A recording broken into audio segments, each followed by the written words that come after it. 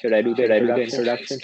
Hey guys, welcome to the 12th Man Show. This is our first proper watch along. You guys definitely know Hugo. He's done a couple of videos for us. If you guys have any questions about football, you can definitely add them in the comment section, and Hugo will respond as and when he can.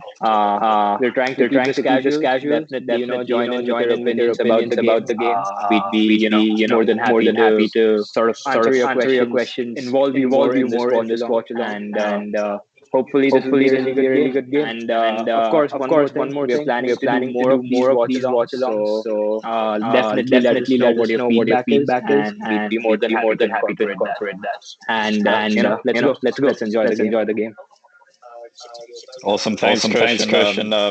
Hello to everybody, all the viewers that are watching this coverage and the watch along for Tottenham Hotspur versus Manchester City. I guess a good place to start since we have a few minutes before the beginning of the match. Let's take a run through the lineup and just kind of have a discussion about it. I know we've got a pretty tight table coming into this match, and both Tottenham and Manchester City have had form recently. We know about Tottenham and their strengths in terms of their attacking lineup. Obviously they're a bit weaker. And of course, City is very consistent throughout recent weeks. 1-1 draw with Liverpool, which is very entertaining football match. I guess let's just start with some lineup. I guess we can. You want to start with Tottenham? Sure. I'll start with Tottenham. So classic 4-2-3-1 by Jose, of course. Yes. What I sort of like about this formation is the sort of wing backs he's been using. So Reguilon has been really great since he's moved in. Yes. Aurier, I'd say I don't prefer Aurier defensively. I'd much rather go with Doherty after the couple of seasons he's had at Wolves. Højbjerg, I really like. He's creative and he's solid defensively. Musa Sissoko, like he'll never tire out. He'll run box to box. He'll hunt people down. He'll chase people down. So I really like Sissoko. I'm surprised that he left Bale out because Bale needs some more game time to reach that match fitness and start scoring goals. At Dombele, I'm surprised that he's playing attacking mid because he's primarily box to box and less of a number 10.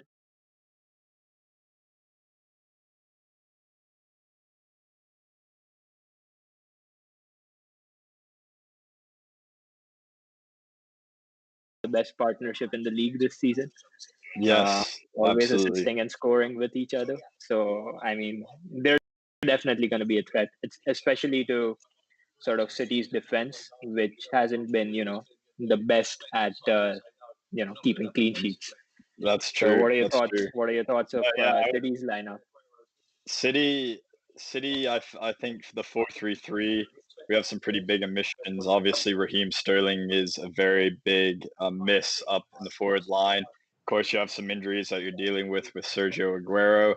Mahrez has found the starting spot on the right wing. I think Mahrez is a really interesting player that really excites me whenever I watch him. Just his ability to cut inside and just the way he toys with defenders is something that's going to be very interesting to watch, especially when he comes up against Reguilon, who's at left back. He is a left back that likes to push forward, and it seems like with Mourinho's lineup, they have Aurier and Reguilon at the wing backs. That's going to offer a lot of attacking kind of presence. Obviously, Matt Doherty is out, I believe, with coronavirus on international duty with Ireland.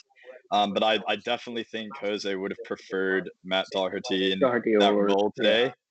So that's going to be something really interesting to watch. Of course, Ferran Torres, he scored a hat trick on international duty with Spain against that absolute rout that we saw. An absolute embarrassment for Germany midweek. Sorry to any Germans if you're watching. And then we've got Kevin De Bruyne in the midfield. He's captain and he's obviously the top man. Providing. He's actually not done so well this season so far. Yeah, he hasn't produced as much, but he hasn't produced as much in terms of goals and assists, but he's always going to be the main man, linking that play, being that 8-10 hybrid position. And then the defense is one of the things that has been a struggle for Man City. in recent weeks, but we have more of a solidified back line, and especially center back partnership with Laporte and Diaz coming in. And I think that's going to be a very strong partnership, which will continue to develop. I know Diaz is a new signing for City, so that'll be something that we really will be interesting to see as it develops. But yeah, we've got an absolutely fantastic match on our hands today. What are your thoughts on Cancelo playing at left back? So that's one of the things that always I find amusing is that Pep Guardiola has spent 50 million a pop on 5 different defenders, and it seems like they can't bury down this left back position. I know Mendy has been fantastic at times in the left back role, but with his injuries and just inconsistency, to be quite frank, it's left this kind of left back role vacant for someone to fill in. I think Cancelo, he's quality. There's a reason that he's played Yeah, but for Juventus, and he's actually been more threatening from the right than the yes, sort of yeah, left. no, 100% agree. That's something that, of course, Son is going to want, and Bergwijn is whoever is attacking him, if they switch wings, that's who they're going to want to attack, because I know he is a right-footed player on the left side, but there's no displacing Kyle Walker that right back position. That's one thing I would bring up is Roy Keane's recent comments about Kyle Walker. He had some harsh words for the English right back. A car crash, an idiot for that tackle, I believe, on Sadio Mane in the match against Liverpool. What's your opinions on Kyle Walker going into this match, or just overall? I mean, Kyle Walker's a really great defender, right? So he attacks really well, but it's just that I'm never scared of Kyle Walker putting in crosses inside the box or just taking his shots, because he'll score like once every 20-30 shots he takes. And as for his crosses, they're either always overshooting the players inside the sort of box. So he's not as much of a threat as people think he is while attacking. I mean, that's just my opinion. But he's really solid. He's solid defensively. He has the pace to, sort of catch up to attackers, even if he's, sort of being dribbled past. So he's a solid defender. But I'm really excited to sort of see the De Bruyne, Mahrez, and Torres sort of partnership going forward, because they are going to create the chances for Gabriel Jesus to convert. Of course, he needs a ton of chances to finish. He's a shit attacker, in my opinion. So let's see. That's a debate that we can have during the match, but I think that Jesus is definitely, I believe he gets a bad rap, and I think it's a very difficult thing to be the second striker at Manchester City, but considering the fact that Sergio Aguero is perhaps one of the best strikers the Premier League has ever seen. You'd think that after 4 seasons with Aguero, he'd try and steal his spot. You'd feel that Aguero is going to be benched now because Jesus is producing goals, assists in like game in and game out, but that's never been the case.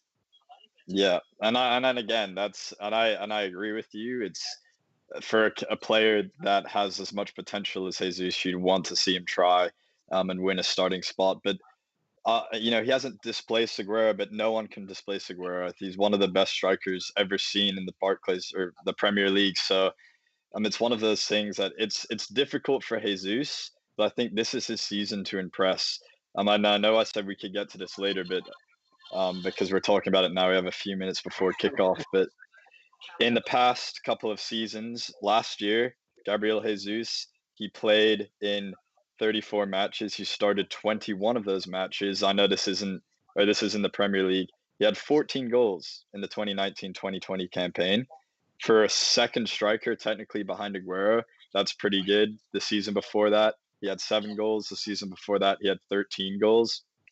These aren't 20-plus goal season numbers, but considering his play time, I think he's definitely undervalued in a lot of fans' minds. That's just my opinion, but it'll be interesting to see how he does today. He performed against Liverpool, had a fantastic goal, 1-1.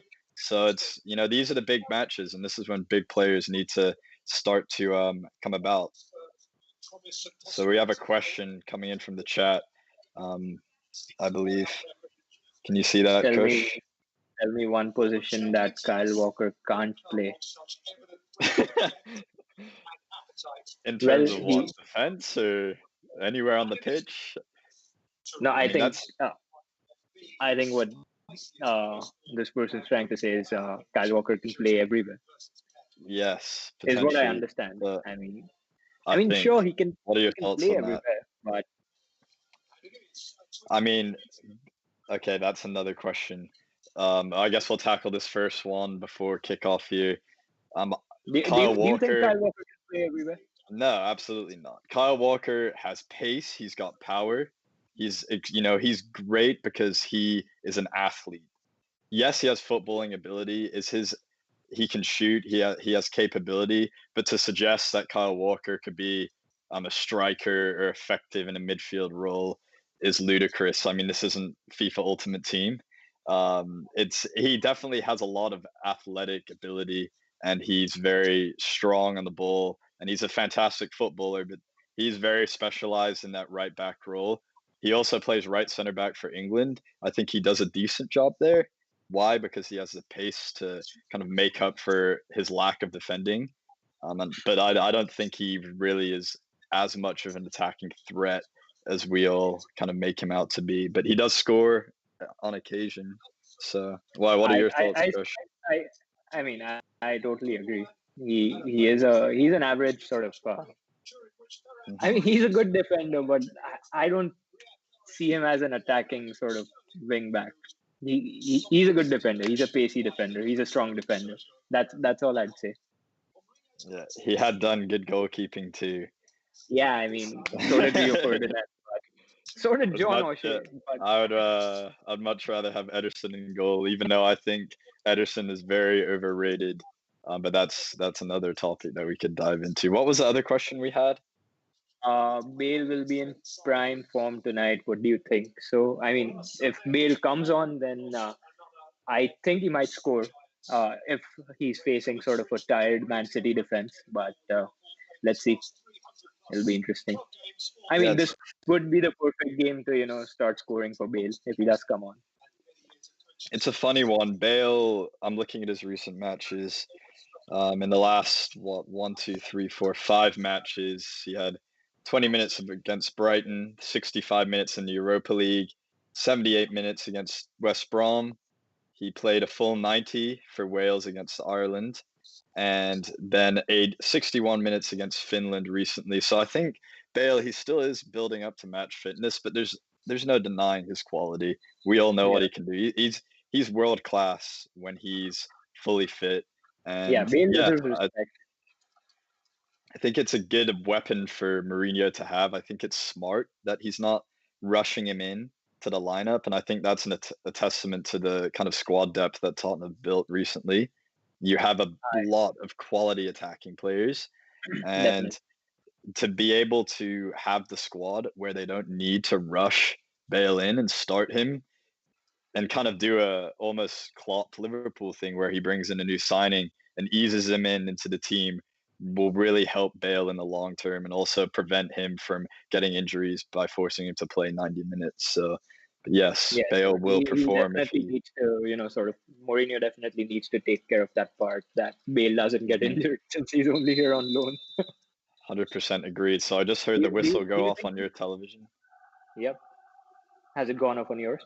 It hasn't, which is a bit of a concern. So the players are just taking up positions. Okay. Yeah. Yeah. What about you? Okay. I see. We're also on different coverage, so that's probably why. Yeah, that they haven't kicked off yet here. They're about to start. They're about to. Yeah. They're about to. Golf, Wales, Tottenham, Madrid in that order. I'm really enjoying the. Sorry, what? Do you think he'll stay after this season, or do you think he's bouncing?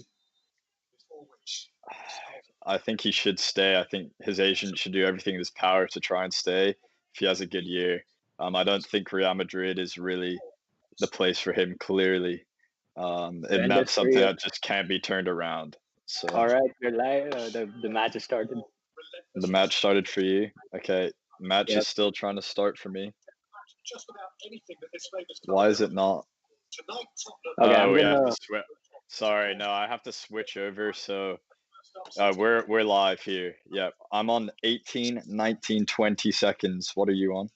Yeah, just a second ahead of you.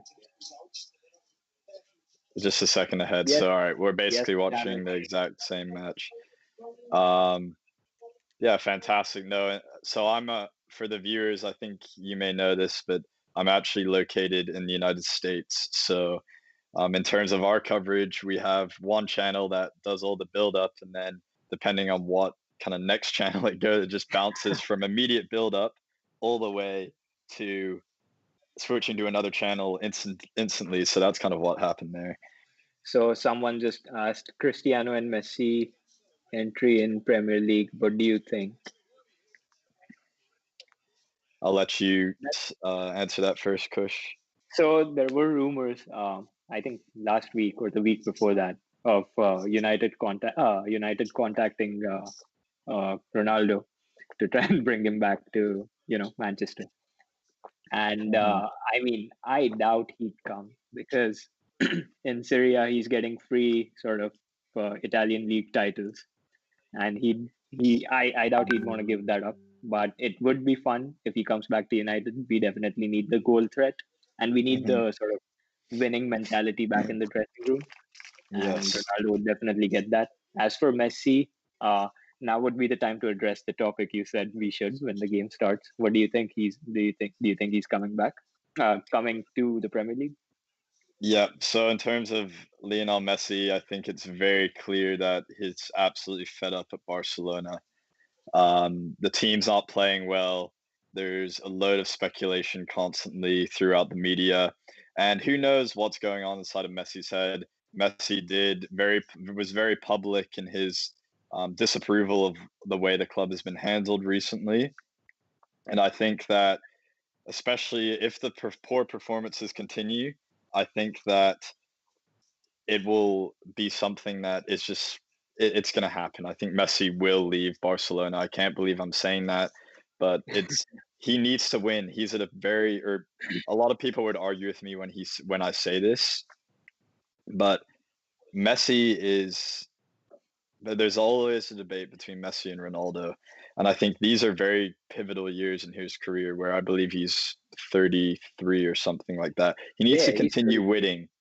Yeah. To be just undeniably the best player of football has ever seen, he needs to keep winning, and that's not going to happen at Barcelona. That's a rebuild project. They are very far away from challenging. Oh man, so close.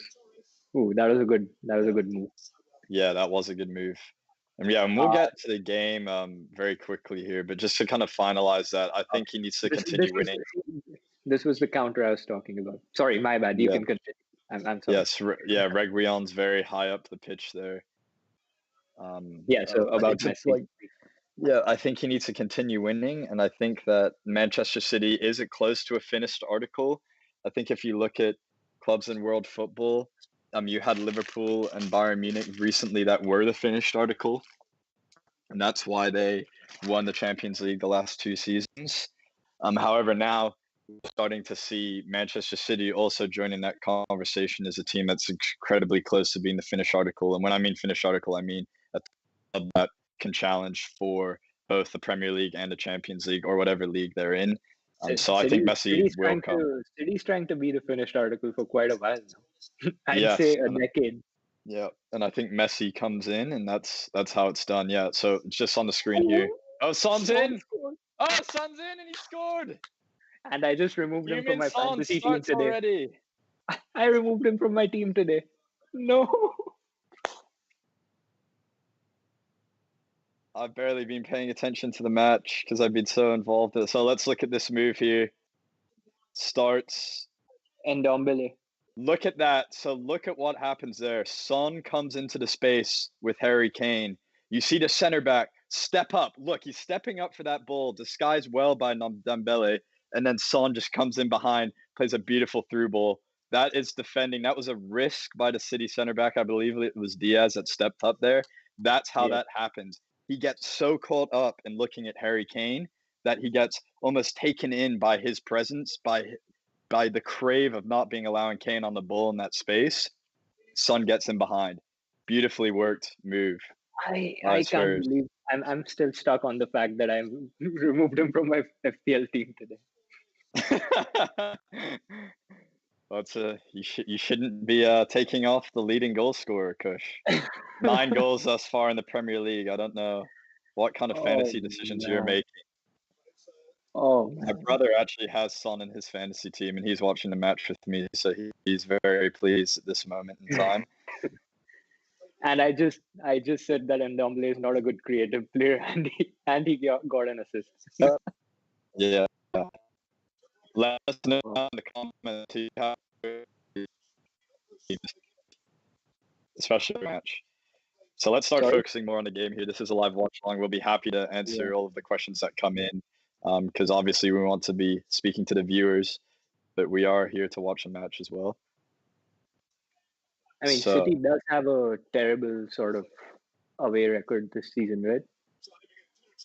I'm not so sure.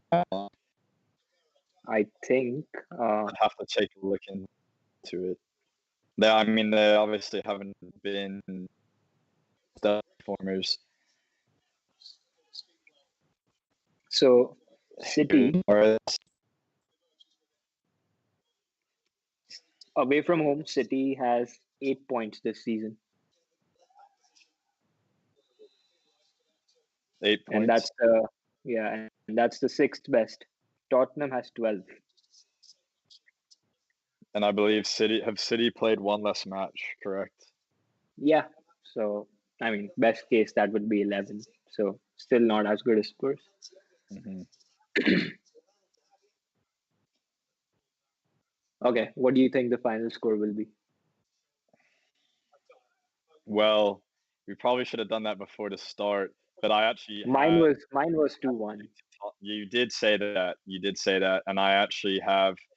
I believe Tottenham was going to win the match, but I didn't say a score. But I think I would have always said it's going to be a close match. I could see 1-0 or 2-1, like you said. I do think City will get on the score sheet, so we'll end up and see. But I did think that Tottenham would win that. Okay, here we go. We've got. Ooh, Mahrez. Oh man, what a touch! I think that was the thing you were mentioning about Mahrez earlier on, right? Yes. Just the way he cuts into the box. He's always threatening. Yes, agreed. And if you look at this, while City are lined up right now, you see, I believe, that's Gabriel Jesus in the middle here. Okay.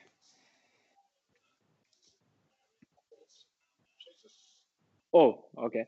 Good. Okay. Push. Here's Gabriel Jesus.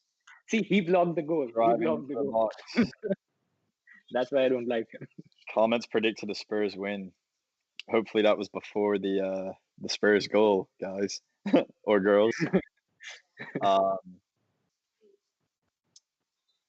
What was I going to say? Yeah, Kush. If there is an exciting attack, just try holding off a comment for 1 or 2 seconds, because I'm just behind that delay. So if you start saying oh, I haven't seen it yet. Okay, I'm gonna try.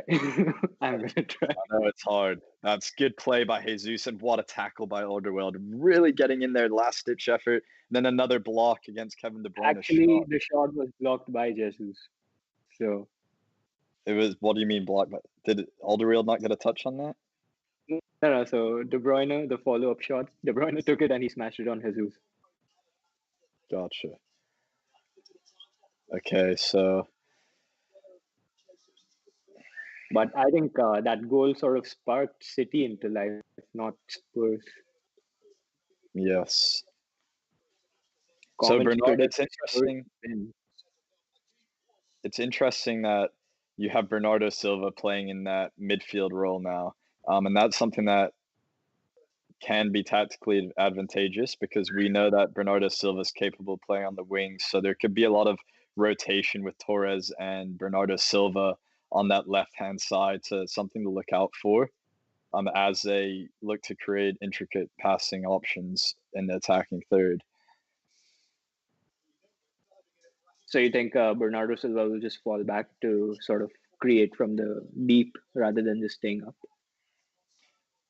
Well, I think there's a lot of flexibility in that in the options because of how they're set up. So if you look right now, you have, I believe that's Cancelo far on the touchline here.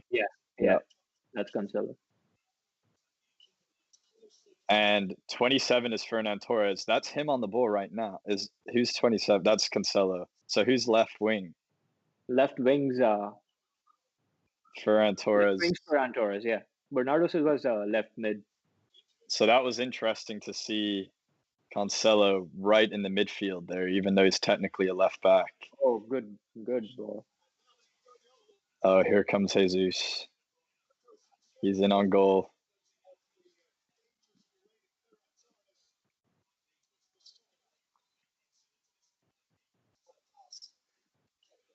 Are they doing a VAR check there? It seemed like a clean tackle to me.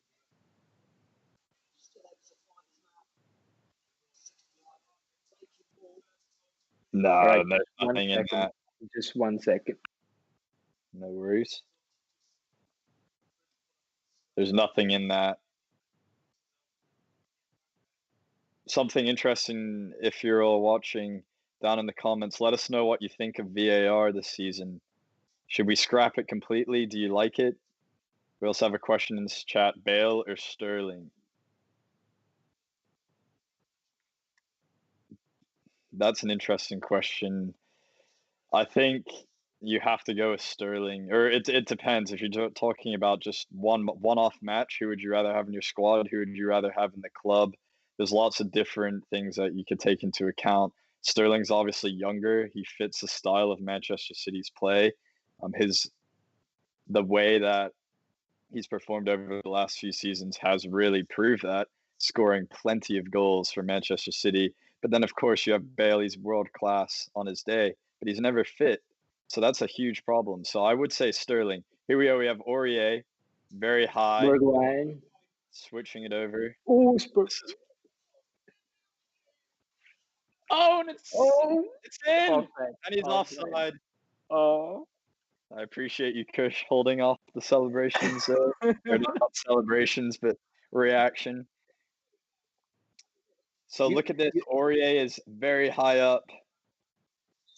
And then here comes a crossfield ball. We talked about that pre-match. How are Aurier and Reguilon going to be... Did you see that pass from deep from Højbjerg? Yes, it's fantastic. So it seems like Tottenham are really just catching City out in the break right now. City have had much more ball. This is what United did against City last season. All their games, they just sit back, hit them on the counter. That's the only way to break City down. 100% agree. Let City play in front of you. Let them do their tiki taka. Get the ball. I think Pep needs to adapt. Pep or Jose? Oh, classic. I don't know. You can't pick one, right?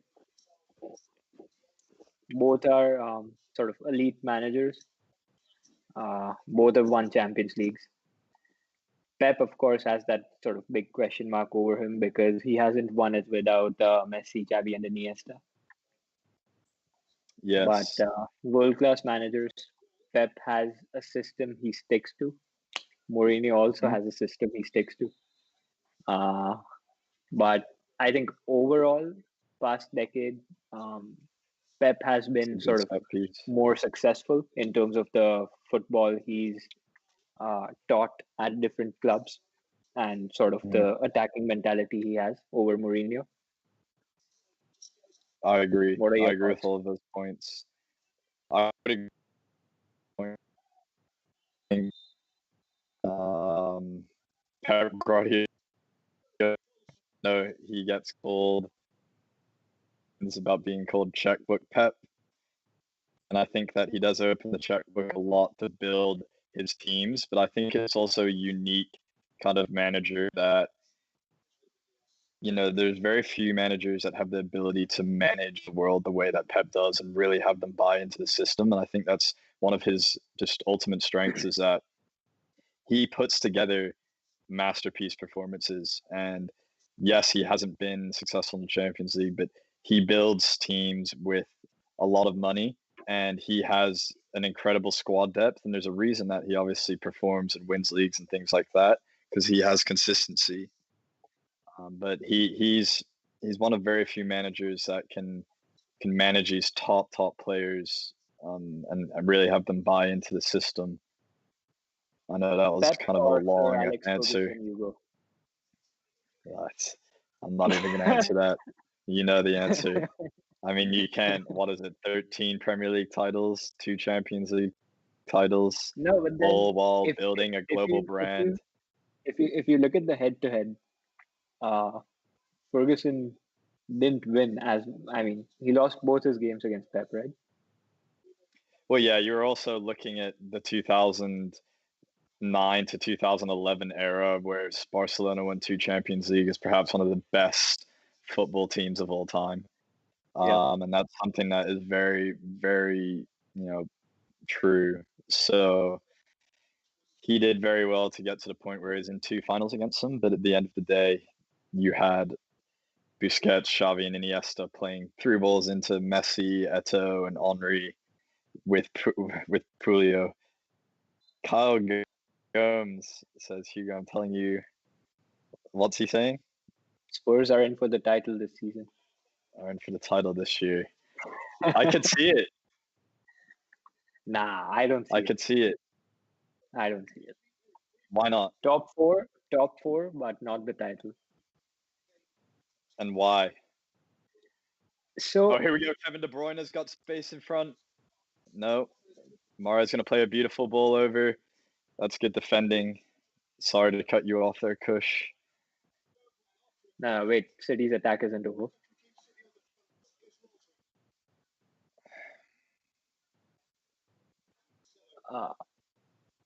So who's on the ball right now on that wide position for City? Or who was on the ball? That was Ferran Torres. Yeah. So you had an example of Ferran Torres very wide left, and then you had Bernardo Silva tucking inside.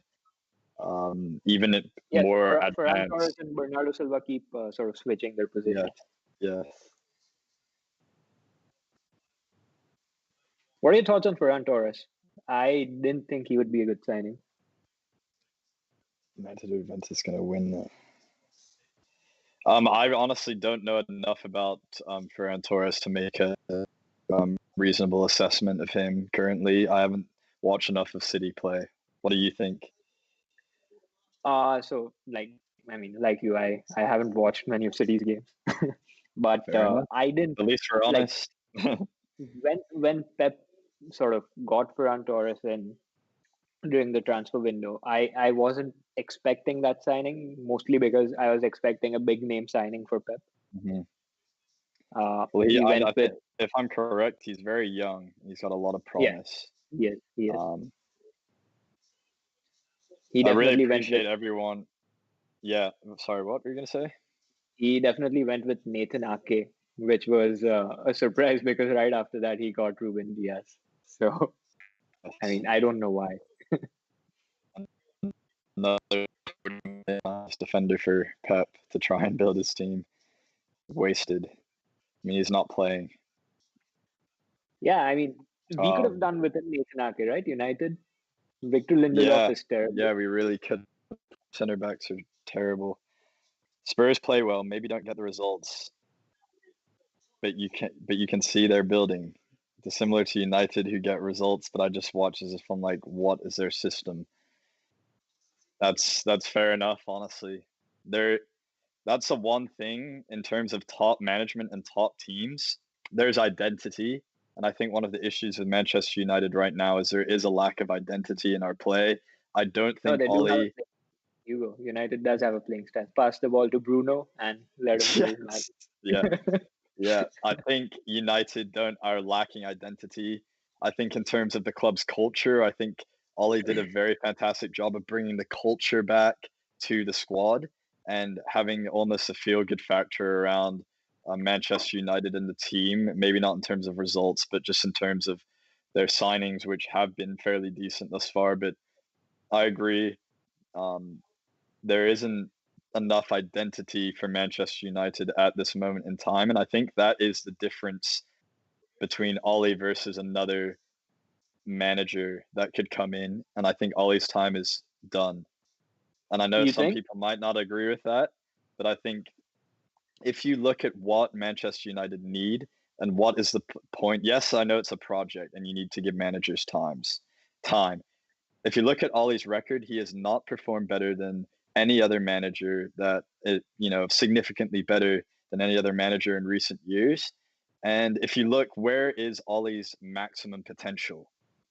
We are Manchester United. We do not bring in managers to only reach top four. The maximum potential always has to be that top level and eventually winning the Premier League and the Champions League. And Ollie will not reach that maximum potential, and that's But why he then needs to we go. we did have top managers, right? We had Van Gaal, we had Yeah. Mourinho. Even those two couldn't get us a league title. And I think there's a lot of bad things going on, not just with the players, but with Yeah, exactly. recruitment. So no. So would you think that it's not just the manager, but you need the entire sort of top level management that Yeah, needs to be yeah, replaced before you sort of blame the manager? I agree. But I think any Manchester United supporter who is honest with themselves can look at themselves in the mirror and know that Ole Gunnar Solskjaer will not win us the Premier League or the Champions League. I And let us mean, know you down in never the know. comments what you think. And it's been great, the interaction with the comments. This is what makes it fun, and for you guys and for us. I know we haven't been talking as much about the match itself, but it's whatever you I mean, guys it's like. fine. We're still talking football, so That's true. It's the beautiful game. Spurs, Spurs, Everton, Everton, United, City, top four at end of season. no Wait, chance. so is that the order you're going in? Spurs winning, Everton second, United third, and City fourth? I believe that's Because what he's saying. And let's just circle back. I did see a comment from Kundan earlier about Manchester United or Juventus going to win the oh yeah, Champions League. Um, that's a beautiful goal. What a goal. They're just showing the goal again. I don't think that Juventus or United will win the Champions League. The who do U you coach. think will win the Champions League this season? I don't think there are any clear favorites It's far too soon to tell. apart from It's Bayern. it's very easy to say, oh, who's going to win the Champions League? We know the teams with quality. We also know teams that have a lot of injury issues like Liverpool. We know Bayern Munich's always a threat, but you never know what will happen as we come into those latter stages, what squads look like. So I don't think the Champions League really starts until March. It's fun speculating and all, but group stages, you typically go more or less routine, and other than a few groups, you can almost predict who's going to be winning those groups and coming out of those groups. And then the tournament starts in March. That's when you have the knockout rounds, and that's Knockouts, when yeah. I feel like we'll be able to have a good sense of that. But obviously, there's a lot of strong teams out there. Okay, let me ask you this: since we are watching Spurs versus City, do you think Spurs can win the Europa League this season with Yes, the squad depth they have? absolutely. There's no reason. Manchester United won it, I believe, in 2018. I think Spurs squad's 17. better. 17. I Yeah. don't. I believe Spurs squad is better than that squad. Not to say that it's a direct comparison, but I think there's more than enough quality to win the Europa League this year. Spurs, So, Everton, and United City top four at the end of the season. so if it's No in that way, order, Everton. then yeah. I mean, Everton would be everyone's dark horses, but they haven't won in a while after winning those 5 games. Yeah, it's Everton's not happening. It's not in order. Okay. It is not in order. Okay. So still Everton sort of making it to the top four would be I mean, they need to get so lucky, and I don't see that happening. United top four looks doubtful to me right now, personally. We've For got a good me, opportunity here. Hold on one second, okay. Coach. We've got Son and Aurier blazing down the right wing. Hoiberg on the Oh, left. Here we come, good boys. Oh, defending. that's Good defending. Good they got defending. back. Again, there's another example of that counterattack, Coach, you were talking about earlier. And here, this is opened up really expansive now. Oh. De Bruyne is charging forward. No, Beautiful no, cut no. inside. He should have shot. He should have shot. He should have shot. No, Bernardo Silva should have shot. That's a waste. But look at that expansive football. This is end-to-end stuff here. No. Bernardo Silva should have shot. I agree. He sometimes gets too cute in front of goal. Look at that tracking back from Rodri. Look at that tracking back. If you're a central defensive midfielder and you are not in those positions when that ball comes in, you are failing your team. That was a great tackle. Definitely. Great tackle. I mean, he didn't even have to sort of do much. He just had to, be in his position and push him off. What is Lurie doing there?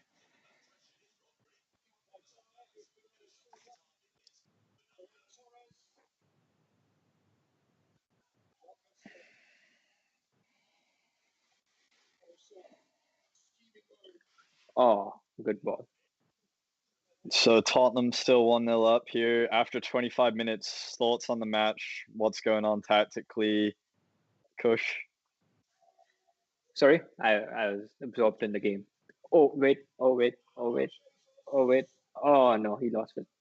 Oh, no. Oh, it's in!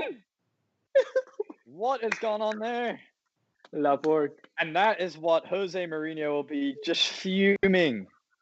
Defensively, Spurs were statues. You were right about Jesus though. His hold-up play was good.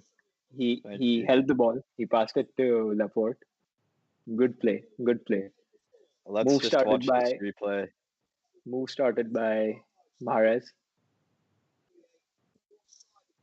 So here we got Jesus in the box holding off. What? Shadowing off. How are they leaving him unmarked? Is there a handball? Handball. Is that off to his hand? I think so. Look at this though. In this picture, what is Sissoko doing? He's ball watching. He is not scanning his environment.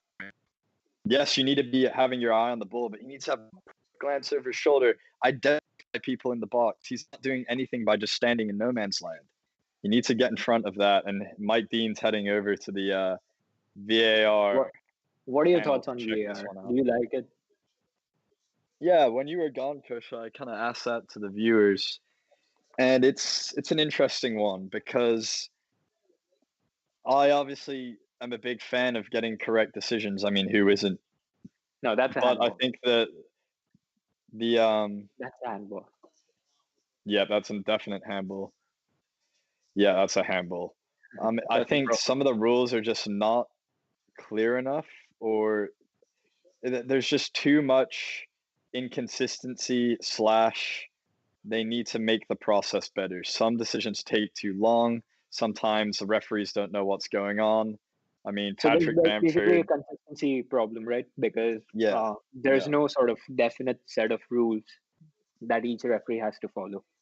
Yes. That's the impression I get. And I think the big issue is it's not the referees in the middle don't have any authority anymore. It's really all of the big decisions are refereed over the VAR, headquarters. So even I'm a huge fan of the offside thing. I think they need to clear up whether an armpit is offside or not. If any of you saw Patrick Bamford's goal disallowed the other week, but I think personally I don't like VAR that much simply because it takes those heated discussions and debates out of football. I mean, the prime example would be Lampard's sort of goal against Germany, right?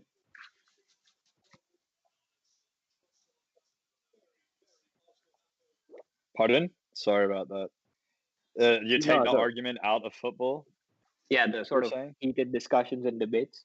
VAR takes that out of football. But I'm not gonna lie, it's definitely good for the blood pressure that I don't have to argue about or have to see Manchester United get a goal robbed from them for, not being offsides and being called offsides anymore. But I don't know. I mean, There's VAR definitely did ways work to in our go. favor last season. If you think about it, we got a ton of penalties. Offsides need to be changed just by looking at your feet. No armpit Yeah. stuff. So yeah, I I agree. don't I don't I don't I think they agree with should look that. at That's upper body 100% for agree. offsides. Yeah. I mean, Okay. the offside here. Oh, here comes City in the box again. Jesus is hungry right now. He's playing well. Yeah, he's playing well. He's playing well. I think he'll get a goal. Let us know down in the chat what you guys are sipping or snacking on. I've got some McVitie's digestive biscuits all the way from England. They're fantastic. Kind of random, not associated with football, but I had to throw it in there.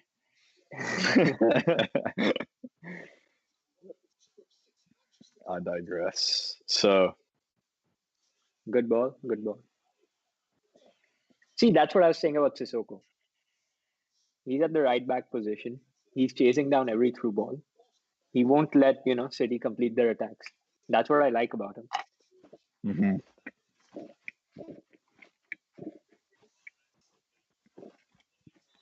Do you think City's sort of front four or just everyone who's attacking tend to overplay quite a bit?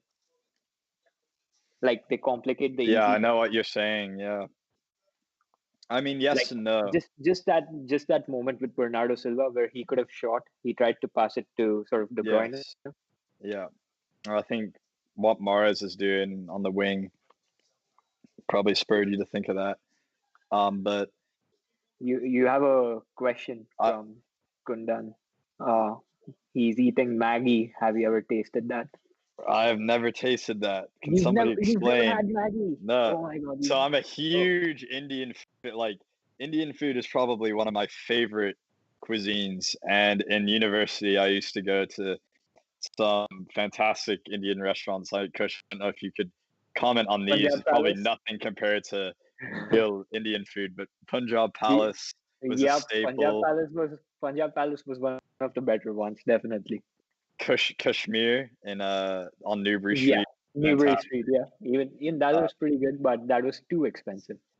Yeah, it was expensive, but the naan bread there, wow, Yeah. it was a quality Indian meal. But no, what's Maggi? Maggi. So Maggi is just noodles. They're really sort of spicy. Just really good noodles. Nice.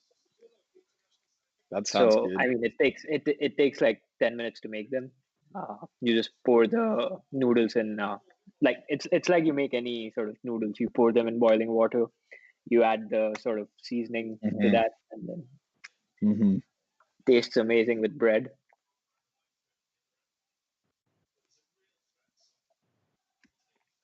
That sounds delicious. So the match has sort of died down now.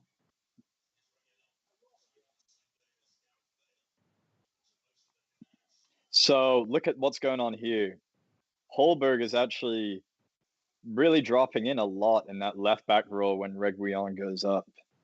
Yep. So that's something to look out for. That's something that Mourinho would not really implement, and it's something you see a lot.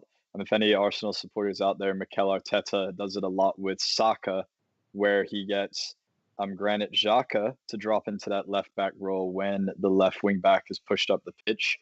You don't see it as much. Oh, that's a good ball from Mahrez. Hold on one moment here. It's well defended. You don't see it as much with Tottenham, and Mourinho, just because they do control a lot of matches. But it's interesting to see Mourinho almost respecting the ability that Mahrez has, to really run in and take on those defenders. But if Mahrez is out of position, won't that open up space for De Bruyne and even Bernardo Silva to exploit? What do you mean by him being out of position? So he's a part of the double pivot, right? The two behind the sort of 3 and 1. So if he goes to left back, doesn't that leave the center empty. So yeah, I see what you're saying, and there's probably a shift going on in terms of the play. Typically, when Reguilon is really high up the pitch, it's because there's a lot of favorable possession on the left-hand side. Reguilon's not going to be bombing forward unless it's a counterattack if the ball and the possession's really playing on the right-hand side. So yes, you're right, but there's going to be a full switch push over to the left-hand side, which is going to see maybe a player like Ndombele kind of tucking in there to serve as kind of that link up play where, and then you have Son and Kane as well, and then also Sissoko coming over. So yes, that's a good point. But if you talk just about the shifts that are going on and the focus of possession, that's what happens. No, so the Ndombele bit that you said was interesting because I think that's where his selection of Ndombele is justified, right? He drops back when Spurs aren't attacking, and he Mm-hmm. fills. So it's almost like three midfielders who sort of spread out as and when needed, and they never really let the sort of middle get uh, empty enough for City to create chances. Yes, that's a great point.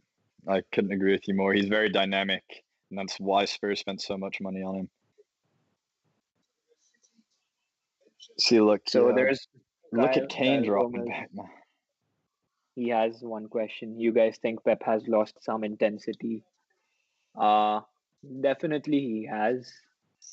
I think one of the things is when Pep's teams play, like Pep's teams press really high and they sort of keep moving the ball quickly in front of the Mm-hmm. opposition's defense. So I think you can't have that for sustained periods of time. That does Mm-hmm. tire you out. So Pep's team definitely attacks in phases, and that is noticeable because like the game's not exactly end to end, but Spurs sort of absorb the pressure, and then it's Spurs for a good 5-10 minutes who keep attacking, and then they sit back again when City has the possession. I What do you agree. think? I agree. No, I would almost ask Kyle, what does he mean by intensity? Maybe just in terms of over a full season or kind of the style of play. Are you noticing a change? And that goes to all of our viewers today. Is there a stylistic change going on at Manchester City? Why are they not? I mean, why are they not as dominant? It's obviously hard to be very dominant year after year. I mean, they're putting up ridiculous point numbers. Has their style changed? Let us know. So we got Bernardo Silva out wide. He has City on the ball a lot. I believe I just saw his possession stats, 67% possession. But this is what Mourinho teams do. They don't mind not being on the ball, especially in a match where they know that the other team is going to be trying to possess the ball. They have the quality, they have the players that can pick out passes in order to launch the counterattack. And again, Kush, and just a great comparison you made when you watch Manchester United be dominant over Manchester City in almost every match that they won last season, it wasn't because they were dominant in terms of possession. They were dominant in terms of their strategy and the way that Yeah. they knew they could exploit Manchester City. And that's exactly what's happening here today. Spurs have been fairly quiet, or City have been fairly quiet, and Tottenham are just executing their game plan very well. And How it's big of great a to loss? see. How big of a loss do you think uh, Company and David Silva have been for Man City this season?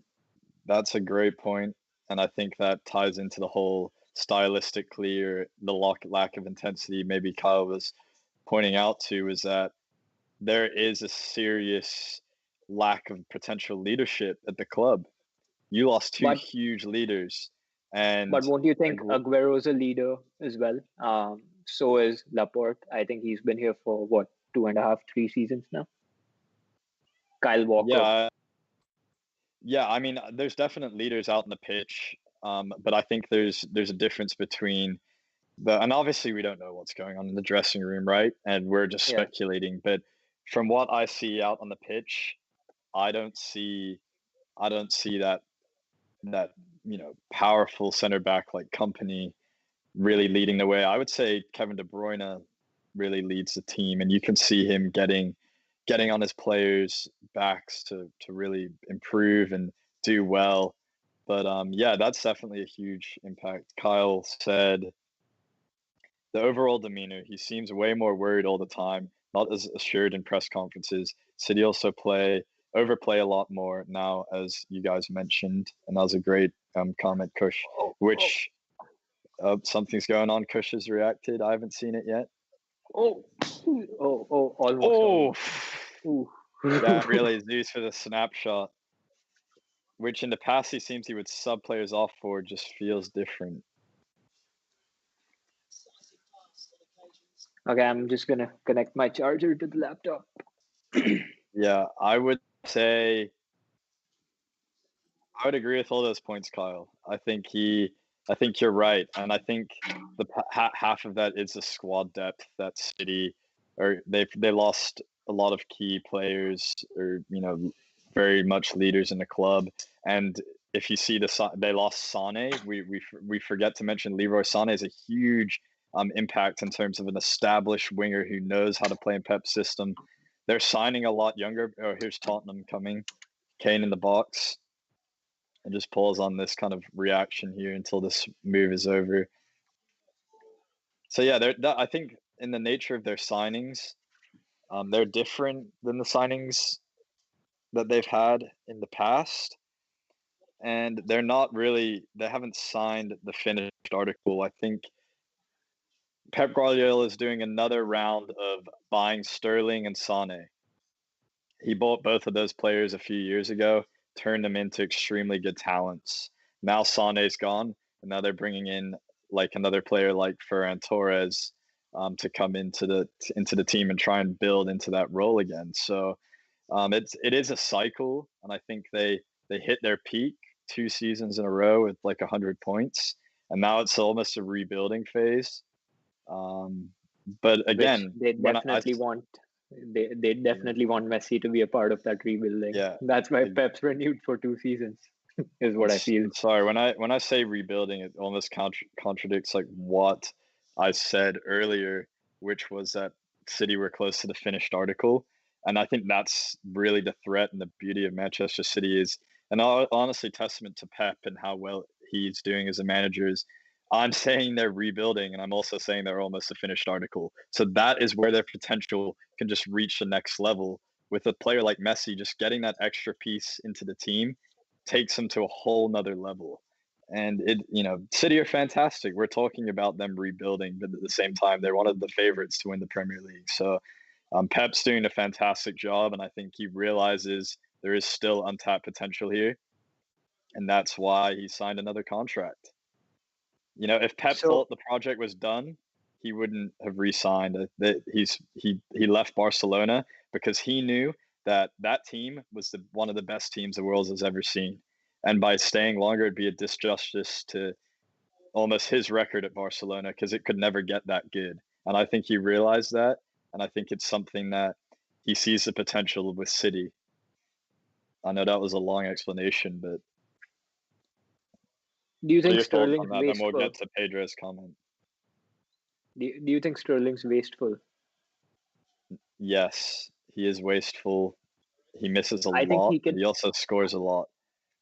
He does score a lot, but I think he can be, if he wants to break into that sort of, he's definitely a world class player. But you think Sterling's world class?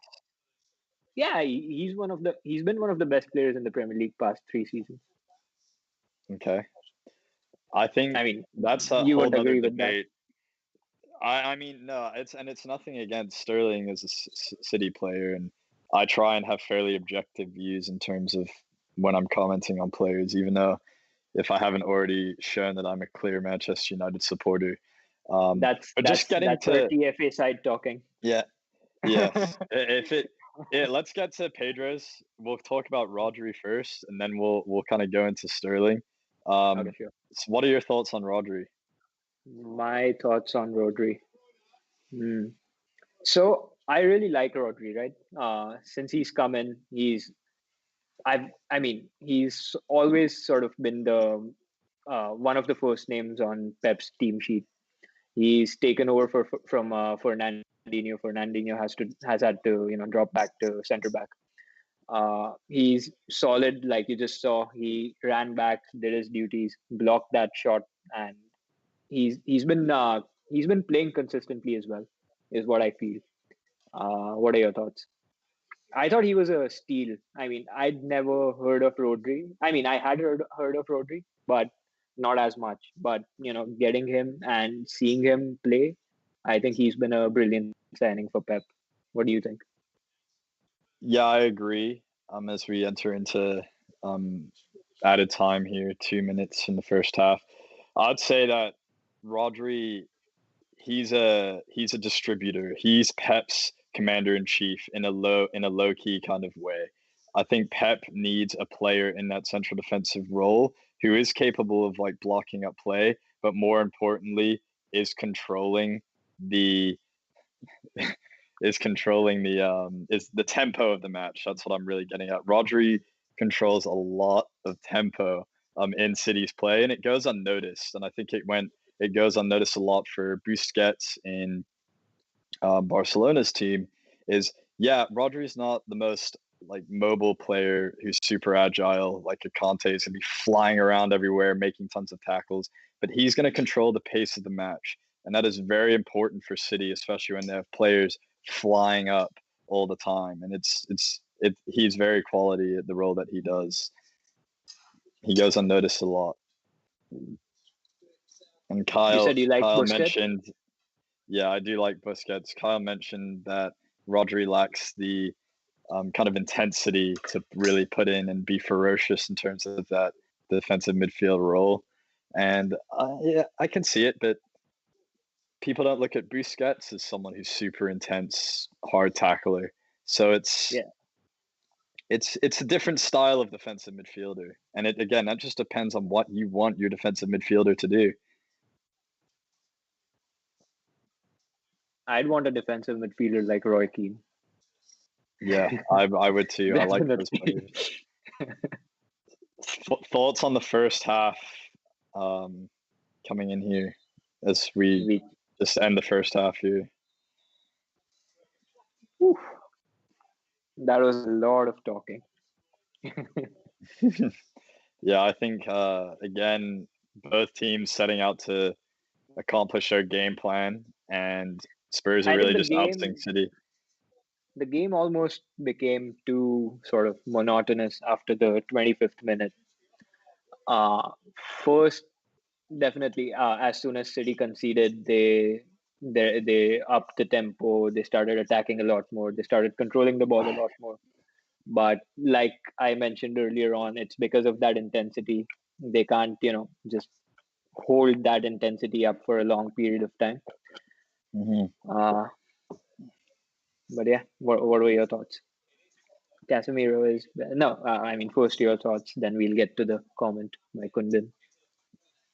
Yeah, no, I would just say, like I said, it's two teams setting out to perform tactical instructions that Pep and Jose set their teams out to do, and Tottenham have just found the breakthrough. There's been some chances on the counter for Tottenham.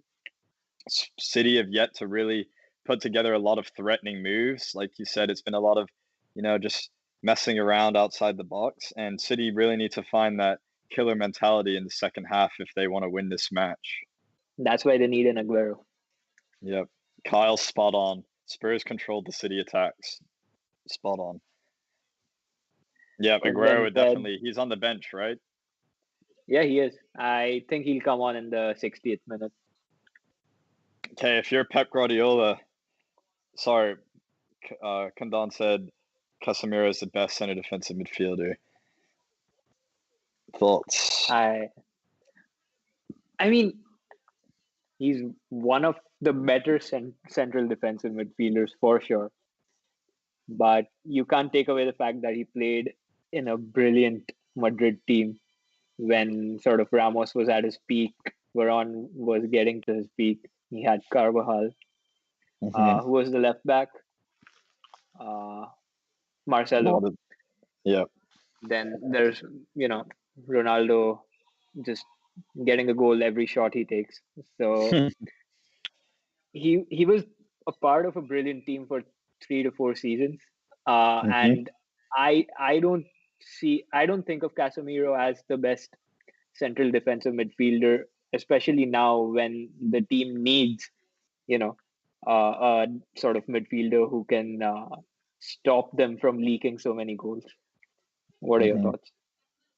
No, I would say I honestly don't know. I haven't seen enough of Casemiro in terms of watching him play to really make a fair assessment on his abilities. Obviously, if he's starting in a Real Madrid side that won 3 Champions Leagues in a row, he has to have some quality, and he's definitely up there. He's really made that position his own at Real Madrid, so I'm sure he's definitely up there. But I'd have Okay, to watch more. Casemiro or Fernandinho?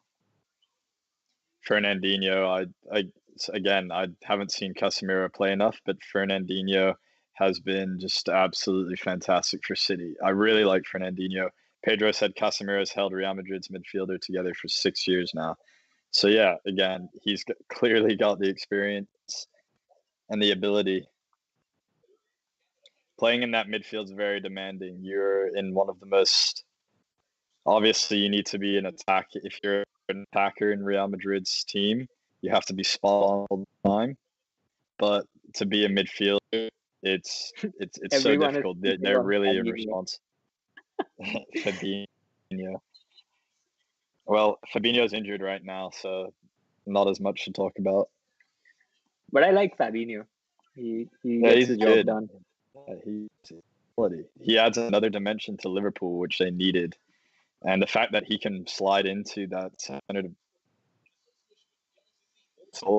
is just it's important for Liverpool. As you can see, they've had a lot of injury issues, but fortunately, Fabinho got injured as well. So, and Joe, I What do you think? What will happen? Leicester versus Liverpool. think Leicester's going to smash them, You think? and I think it's, I know that's controversial. Liverpool easily win the match. Liverpool have quality. Don't have Salah. Oh look, so are they showing you the goal on? Or are you on the commercial break? Sorry, I was just seeing the goal again. I'm on my side. They were doing a breakdown of kind of what Oh no! went on in the match. Now they'll start doing the breakdown for me. Gotcha. It's Tim Sorry, what were we Sherwood, talking about? Michael Owen, and the anchor. Sorry. What were we discussing before about tomorrow? Liverpool, Leicester. I think Leicester have so much attacking quality. Liverpool are going to have a makeshift defense tomorrow. Leicester is an elite attacking team in the Premier League. Without Mohamed Salah, the goals are definitely going to be drying up. It's going to have to take a big match from Diego Jota to really step up and perform again. If he can have a good performance, then Liverpool could snag something. But I would say Leicester are favourites in that match currently. Where are the goals coming But from Liverpool? but won't you think that since it's at Anfield and Liverpool have been unbeaten, they they just have that sort of added mental I'd almost say advantage. Mentally, I think Liverpool will be frail.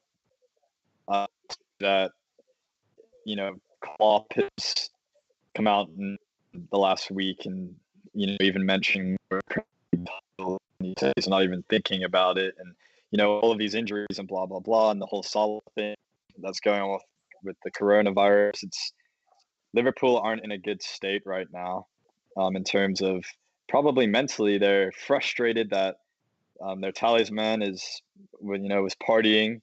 I know it's his brother's wedding and everything, and that it's just a shame of. I'm not saying that he shouldn't have gone. Just saying it's a shame, right? You've got Yeah. that going on, and you've got tons of injuries in the defense, which I'm sure it hurts Alisson's confidence. So then, yeah, and Kyle goes. Liverpool play the best when people underestimate us, and that's fine. But I also just my opinion is that Leicester form right now, and Liverpool are going to be struggling without Mohamed Salah, and that's just the fact of the matter.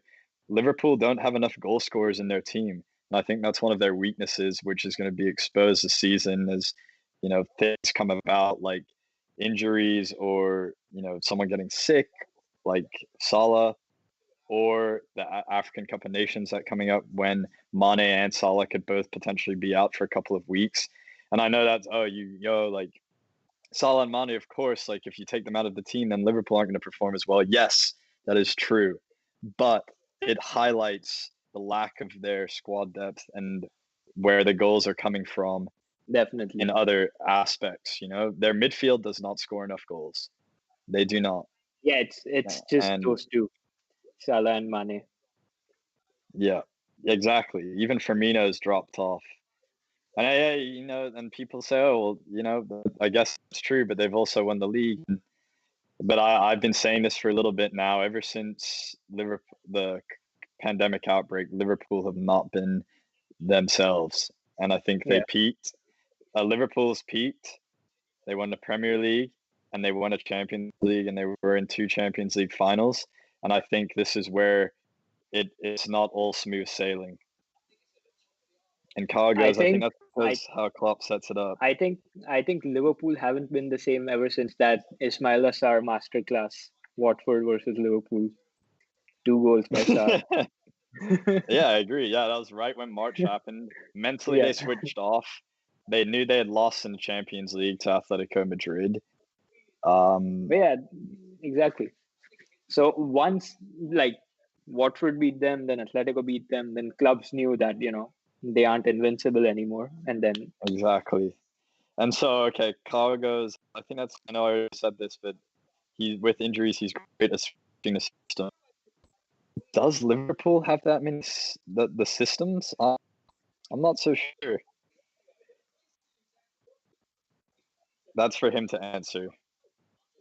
Wijnaldum scores more goals every international break, but can't get a shot for us. I agree. So, yeah. So I mean, but yeah, it's part of the issue. The team is set up to give the ball to the front three, and it works when you have fantastic players like Mane and Salah. But if they don't perform, who's going to step up? And I think that there's the level of consistency. I think Diogo Jota is going to be one of those who steps up. Pardon? I think Jota is going to be one of those players that you're talking about. He'll step up. And he already has. Yeah, he has. And he's proving but now to be it's a about great signing. Carrying that form into. Yeah, now he has to carry it. Now it's like, oh, he's performing with no pressure. Now it's like, Salah's out, mate. Are you going to step up and perform like Salah? And if he doesn't, then we just haven't had to change systems, but we definitely can. We've been injury-free for long. That's also true. I guess we'll see Klopp's new system now. Yeah, that's a good point. Fair, I'll be looking forward to that match tomorrow. Kandon says, I was going to complete my assignments tonight, but then football kicks in. Madrid, Tottenham, United matches. Smile face. That's true. That's true, yeah. Beautiful game. Happens to the best of us. Saturday. No one should be doing work on Saturdays. This is the time totally to enjoy agree. the beautiful game. You know what? One of the things that sort of annoyed me back in university was that I almost had to wake up at 6:30 or 7 in the morning for the early kickoff matches. It's much more convenient for me here in India because matches start at 5 p.m. Yeah, it starts at 5 p.m. So it's perfect. It's evening.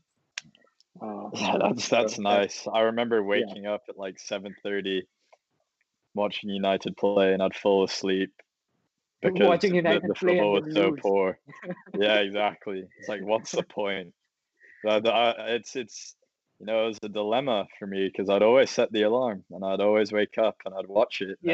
One of the best games I woke up to was the game where Mourinho had a lot of pressure going into that match, United versus Newcastle, where Gary Neville said that he'll be at the stadium supporting Mourinho. I think that was one of the best games I woke up to because 11 minutes in, United is losing 2-0, and then Alexis Sanchez scores a winner in the 93rd minute. Kyle said there's nothing better than waking up at 3:45 in the morning for Champions League games in Singapore growing up. That would be tough. That would be tough. I wouldn't follow Champions League. Yeah. In And it Sydney, just you guys have shows. to wake up at like 4 or 5 a.m., right? For the World Cup. Yeah, I was actually just about to bring in, like, when I was in Australia, the community that would come about in the early hours of the morning. It would be a Barcelona Atletico Madrid or Manchester United match. I'd set my alarm. I'd be waking up at 2 in the morning and go down to the big TV area, and it'd just be like 15 people there. And we became friends. It's just like people waking up for the beautiful game at 2 in the morning and watching it, and we're all commenting, and then we go to bed after it. It was great. And then the World Cup, arriving at the casino where all of the matches were held, to absolutely electric atmosphere. It starts at 12 and it would end at 5, and Yep. everyone would be hammered and singing, and it's just what it's all about. That's what I it's think all we should. about. I think we should talk about Spurs versus City now. Hmm. So, what are your thoughts? What First what are score. you what are you gonna, if you're Pep Guardiola, what are you saying to your players at halftime? I'd say, just I know Pep wouldn't say that, but if I was Pep, I'd say that, stop complicating passes inside the box. Take that shot when you see the goal. Shoot on sight, definitely. I mean, Yeah, yeah. build up. I'm not saying don't build up, but when you're Hmm. just outside the box, why would you pass it to the wings if you have this opportunity to shoot? Yeah. I mean, And they have to start taking their chances.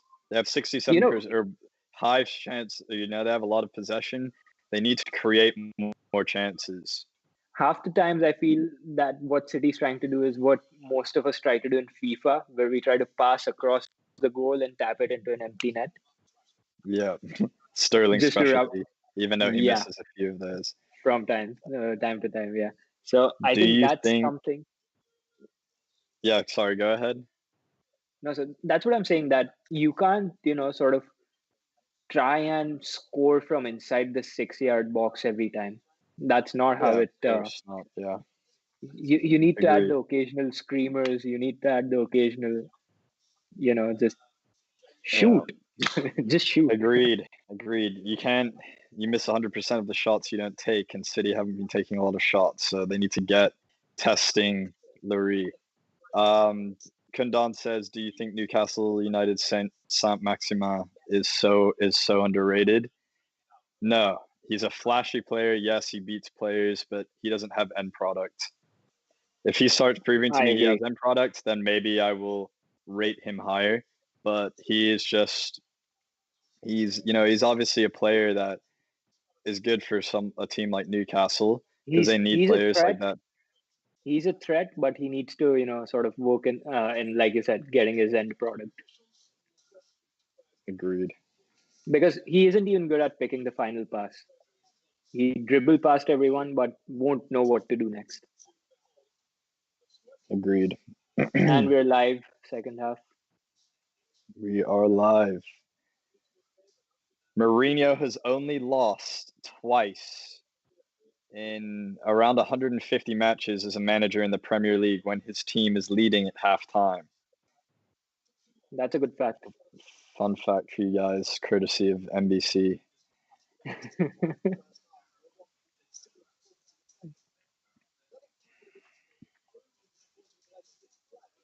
Who do you think will score So for City if City score? look at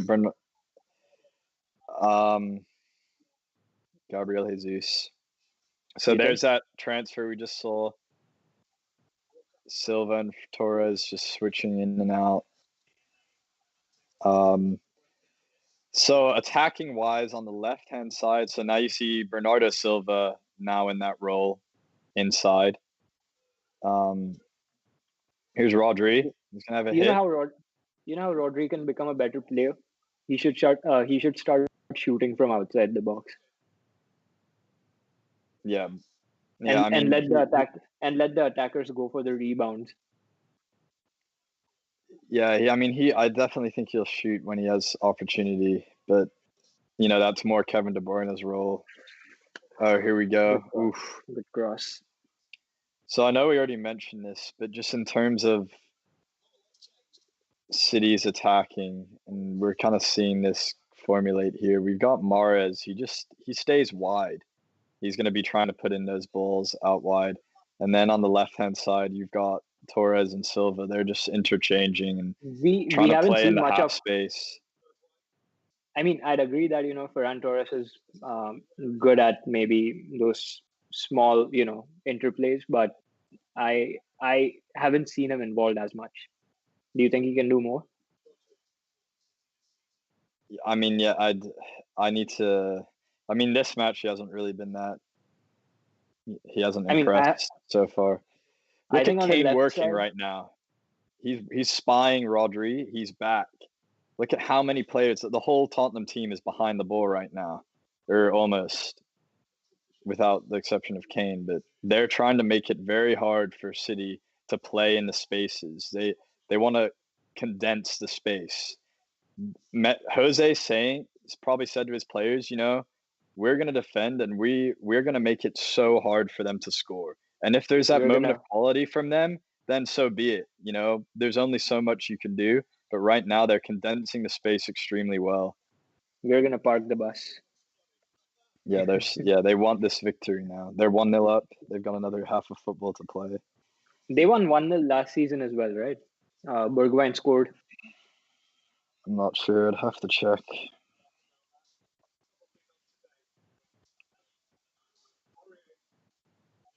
Were you surprised when Mourinho took the Spurs job? He completed 1 year with Spurs yesterday. Yes, I was. Oh, here's Reguilon on the left. Ooh. And that was good covering by Walker just to put enough pressure on him.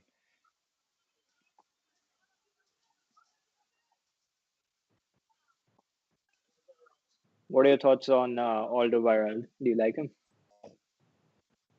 Yep, I think he's quality. He's consistent. He's been in this defense for a while. He performs at a high level. Oh, Look at that. That's Rodri at his best right there. Wayward pass. Dude, yeah, that's poor from Walker. Hold on here. That's Tottenham.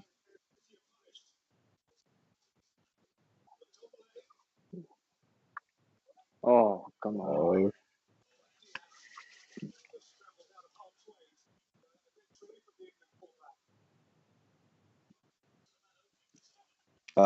So yeah, Rodri there, just kind of going back to Pedro or what Pedro brought up about Rodri. Wayward pass. There's a lot of pressure on him. Tottenham players all around him, and he makes an incredibly highly difficult pass to release the pressure, and that's what Rodri does well. He keeps the play ticking. So Kundan asked, counting the days and nights for 8 December, are you too 8 December is Barca versus Juve? To be honest, I personally don't enjoy watching Barca play anymore. I used to enjoy watching them when they had this thing called the MSN. You guys must be aware of that. Not too excited. Messi, I mean, even though he says he's committed to the Ronald Koeman project, I don't think like someone can be as committed to a club after the stunt Bartomeu pulled. And as for Juve, I think they're a good team, but they are a work in progress under Pirlo. Of course, they'll be a threat because they have Ronaldo. But I mean, it's a good match in terms of the sort of like the sizes of the clubs that are playing. But in terms of quality of football, I don't think it's a big game. Kendon wants to know, will we go live on that day? Yeah, we will. But I think for a United game, I think United and PSG are also playing on the same day. Yes.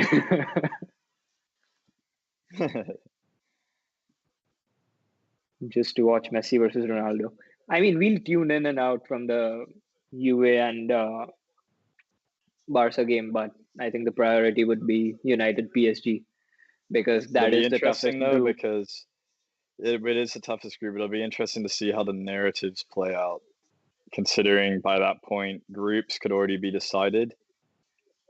There could be some match day 6 vibes out there where it's a must-win for teams. So we'll see what happens. Do you think United will finish top of the group? Honestly, honestly, United never know what to throw at me next. So I would say no, but they could also just surprise me. What about Mahrez getting an effort on goal. Juve Barca? Who do you think will top the group? Juventus. Juventus.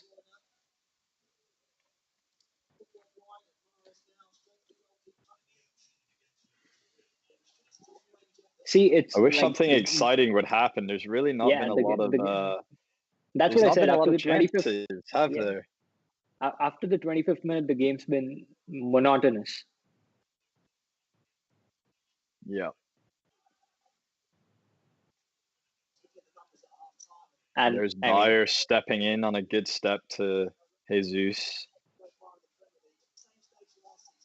De Bruyne making some forward runs, trying to get in behind. All these City players really looking for space. Bernardo Silva's going to play it out wide. And there's De Bruyne in that come half on. space. De Bruyne finds that pocket of space when he has time to turn there. It's very, very dangerous for the opposing team. Just couldn't find the ball. Phil Foden on the bench and Sterling. I think there needs to be big changes by Pep. We're getting to that time where managers are probably going to start thinking about substitutions. Let us know down in the comments what substitutions you would make. What do you think, I Kush? have to ask you and whoever's watching this. What are your thoughts on Gundogan?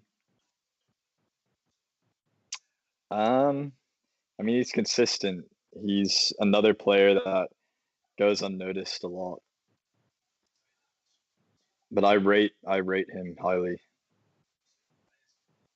I would prefer him over Bernardo Silva today. Bernardo Silva really hasn't done enough. No, but then Bernardo Silva is the more creative of the two, right? Yeah. Obviously, Silva is going to be more creative. But he hasn't done enough today. So did you just see what De Bruyne did? I'm looking right now. Drives down into the box. Nice little clip over, but couldn't find a target. I think instead of chipping it, he could have just shot it. I don't know why he didn't.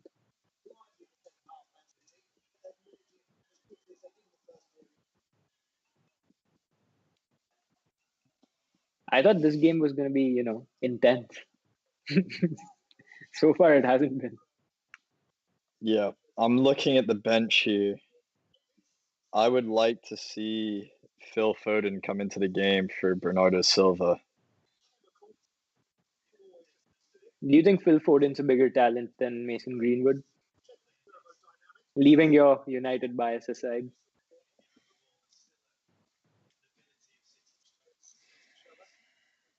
That's a tough one. And let us know in the comments, guys. Do you guys think Phil Foden's a bigger talent than Mason Greenwood? That's a difficult one.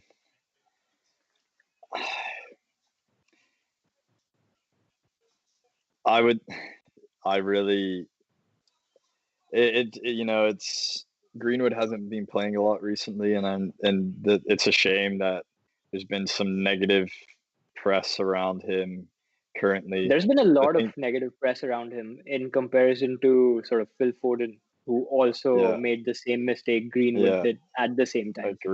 Agreed.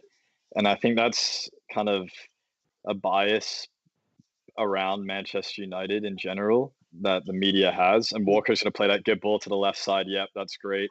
What are City going to do here? Again, threatening position that goes just... Come on.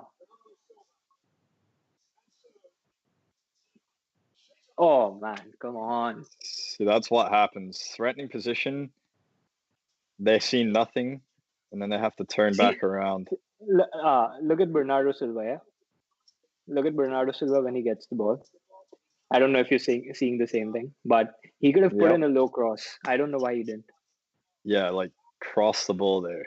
Instead, he pulls it back, and then the chance is gone. And you can't. I mean, yeah, Jesus is really good, heading the balls, but in between Alderweireld and Eric Dyer, I think he's much shorter than those two. So giving an aerial ball over there, I don't. I think a low cross was a better option for Bernardo Silva, honestly. Oh man, Another block. And here come Tottenham on the break. This is where they can hurt teams. Look at this, Bergwijn. even Bergwijn hasn't been that good.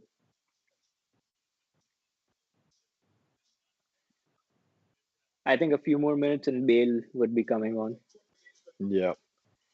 Going back to the Greenwood Foden thing. Oh, come on. Oh, Son with a beautiful Come turn. on. Ooh. Kane just overhit that pass.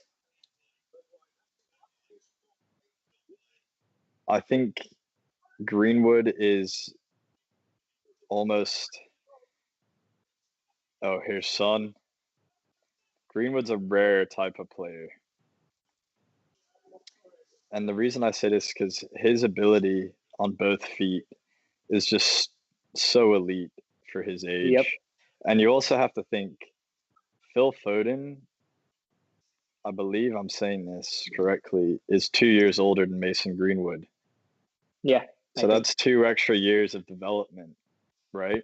And if you look at Greenwood's ability at his age and his two-footedness and the amount of goals he scored as an 18-year-old, like we're talking about an 18-year-old.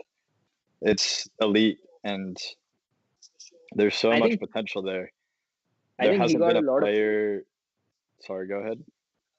He got a lot of attention after Pep's claim that Phil Foden is the biggest talent he's seen, even bigger than Messi. Yeah, that's true. I guess Pep knows a thing or two, but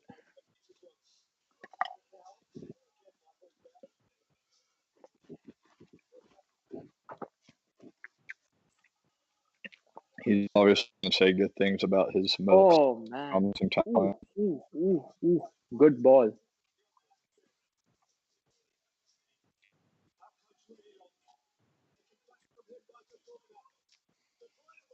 Nah, come on. Play that to Mahrez. The comments have quieted down, guys or girls. Let us know what you think.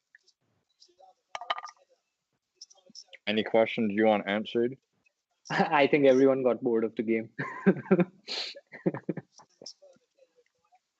Don't blame him, honestly.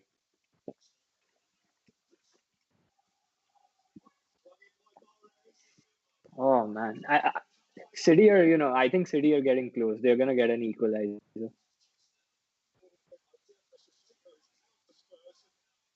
Ooh, good ball by Walker.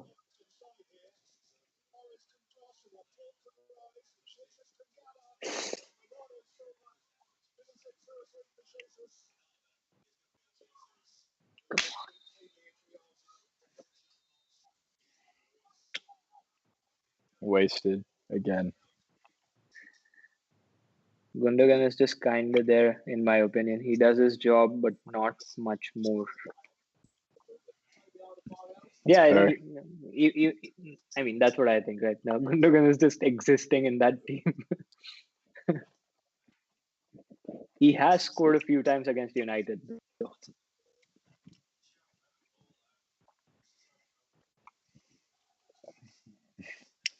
I'd almost say Gundogan is like a Liverpool midfielder. They're there. They do their job, but not much I'm more. assuming you know Kyle. Yeah. Well, did he go to BU as well? You know Kyle. You've met Kyle, right?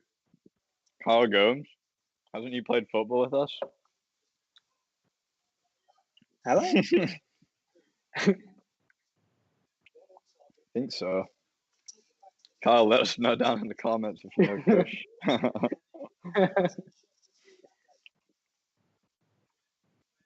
You've definitely seen him.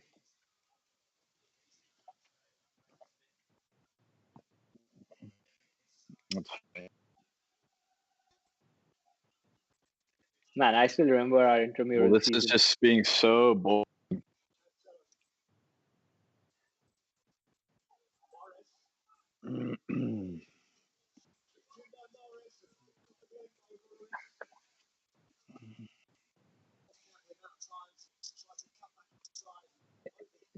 Looks Is like, Lo Celso coming on? Why? yeah. He's just I going think defensive. Mourinho wants He maybe doesn't want to Mourinho go. wants to connect, just like get a little bit more possession of the ball, have No, a but Lo stronger Celso, ball Lo Celso is ball more of carrier. a defensive change than, you know. I would have expected Gareth Bale to come on. Oh, Oh, that's a good ball. Don't say no, anything, no, no. Kush. Oh, you gotta limit, dude. You gotta limit your reactions. My bad, my bad.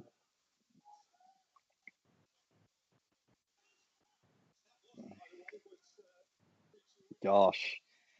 Thoughts on De Bruyne being overrated? He has great stats but goes missing in big games and pads his stats as City's big 5-0 wins. Now, if that is not a Liverpool fanboy comment, then I don't know what I've ever seen, because De Bruyne is one of the best midfielders in the world. I think even a United fan would say that. Yeah, yeah. I mean, he's instrumental part of the team. He runs the team. Pad stats are not like, you still have to do what you still have to perform. And that's the thing I get. Like, yeah, people say, oh, Ronaldo scores so many international goals because he plays against weak opponents. I mean, sure, at the end of the day, you still have to score the goals. Yeah, against big teams or small teams, you have to do your job. He scores plenty of goals in big games as well, so almost carries Juve through the Champions League every time. What has he done What? today, though? De Bruyne? I mean, De Bruyne hasn't done much this season, to be honest. But De I mean, Bruyne you has can't played take well today, in you. my opinion. I mean, he has I played think well, but I mean, last season he would have gotten an assist or two. I think De Bruyne, okay, maybe playing well, like I'm exaggerating, but I think De Bruyne is finding good spaces. He gets the ball, he's driving forward, he's distributing, but there's not really much going on. Oh, here comes Tottenham. Reguilon. Oh, is Oh, that Lo Celso? And it's in! Oh, it's in! And Tottenham it's missed it in. on the counter again! Giovanni Lo Celso! Jose Mourinho masterclass! This is What a goal! fantastic from Spurs.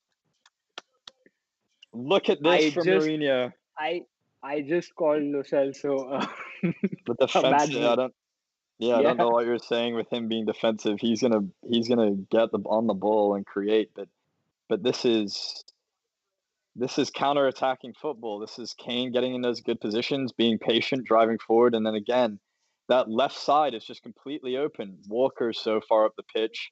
Kevin De Bruyne is working back. Look at De Bruyne run back here. Walker's nowhere to be seen. Walker's the furthest man forward up the pitch. yeah. Walker's up there. Walker is the furthest man off the pitch, and Golasso for Tottenham. That's a beautiful finish. Um, I like Look at him Fernand's jump. message. He Look at goes, him De jump. Bruyne is best when it comes to penalties, and Bruno is on fire. Bruno's quite the penalty taker. Dude, Come on, Tottenham. Get in there, son. So it's Harry Kane again proving that he's not just a goal scorer, but someone who's really distributes the ball well. I mean, Harry Kane is world class. Kane's been phenomenal De this season. Bruyne didn't track back. Ha ha ha, Kyle. I mean, in his defense, he was trying to cover what Walker should have been Yeah, covering. yeah.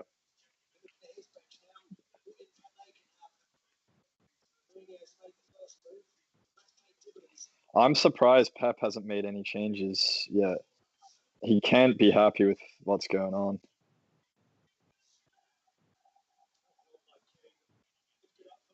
But just the way Tottenham are breaking. Here we go. Bergwijn. There's Walker again, proving to be, or well, at least he was in position this time. That's a beautiful tackle. By Harry Kane. Harry Kane. That just proves the winning mentality starts from the top. Even the striker performing defensive duties. And here comes Reguilon down the left-hand side. Beautiful ball again by Bale. There's Walker's immense defensive ability coming through. So this is where De Bruyne is dangerous. He's running forward. He's got the ball. Trying to pick out that pass. But again, there's 1, 2, 3, 4, 5, 6, 7, 8, 9 Tottenham players behind the ball. 10. They're tucking back in. So that's all 10 players. There's no way for City to get through that. This might be more of a question for you, Kush. Kundan had another. Do you think Sunil Chhetri play style is like Harry Kane because they both carry their team? I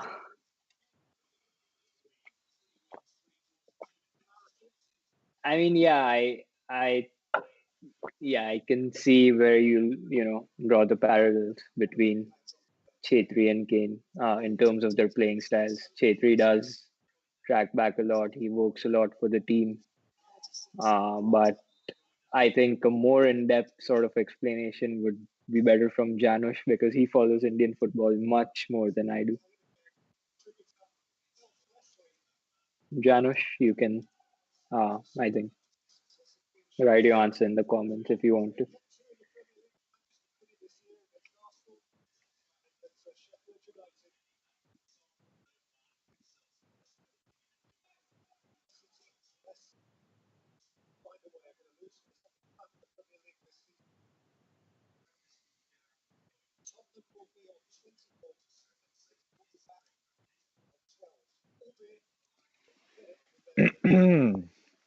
Set piece, dangerous position.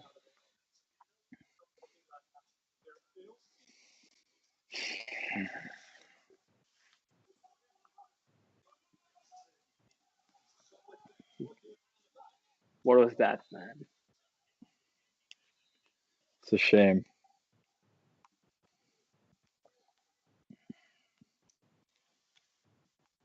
City just getting outclassed right now. Mourinho will be very pleased with this over Pep. Now, Mourinho will be very pleased with what Solskjaer has taught him about how to beat City.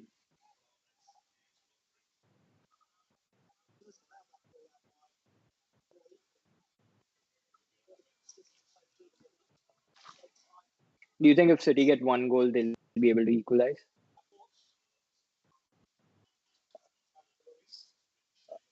One of my old coaches used to say that a 2-goal lead is the most dangerous in all of football.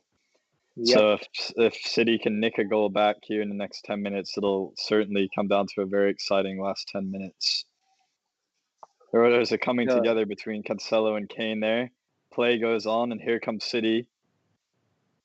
The 2-goal curse is what you're talking about. Yes. So here's Bernardo Silva again. It's been fairly ineffective this match, to be fair. I mean, that entire left side, to be honest. Oh, and here comes Jesus. He's going to bring the ball down. Just can't get it down under control. So I think City's left side has been a waste. Agreed. And so they're bringing on Foden and Sterling. I wouldn't be surprised. I don't know what the substitutions will be right now, but I'm assuming it would be for Torres and Bernardo Silva. I think that would be a smart move by Pep. They need to show Tottenham something different down this left-hand side because it's really not been good enough. Mahrez is coming off. That's interesting. That's an interesting one. I mean, has Mars played well today? No. Has he played poorly? No. It's just been fairly quiet from City altogether. No, but he's at least trying something. Bernardo Silva runs down towards the corner line, turns back, passes it back. Yep. Kyle says, I also think De Bruyne is great. I'd love him at Liverpool. I just meant he's regarded as a Premier League's all-time great. No, I don't think he's regarded as that yet. At least not in my eyes. I'm sorry. What did Kyle say? I also think De Bruyne is great. I'd love him at Liverpool. I just mean he's regarded as a Premier League all-time great. No, he isn't a Premier League all-time great. Far from that. Far from that.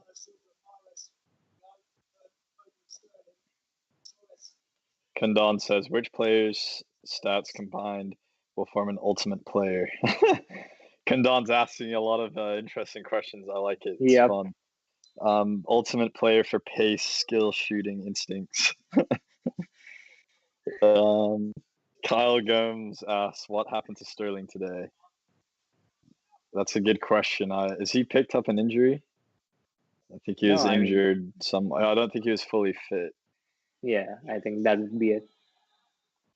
So look at that, Jesus on the ball there. There's no one around him. Where are the City players to put him to support? Tottenham making this extremely hard. So you go, which player would you pick in terms of pace? Kylian Mbappe.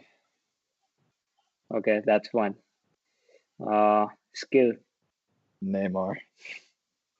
Shooting. Ronaldo. Instincts. Messi. Messi. Instincts. I mean, okay, dribbling and skill two separate things. I'd say Messi's dribbling, or yeah, pace. Even vision. Yeah, Messi's vision. I mean, what else? Strength. Adama Traore.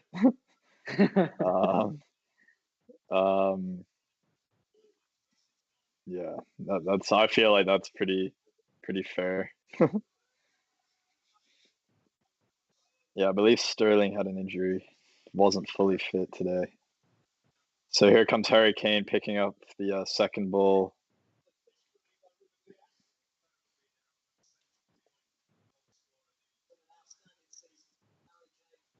Yeah, Harry Kane has had an outstanding start to the season.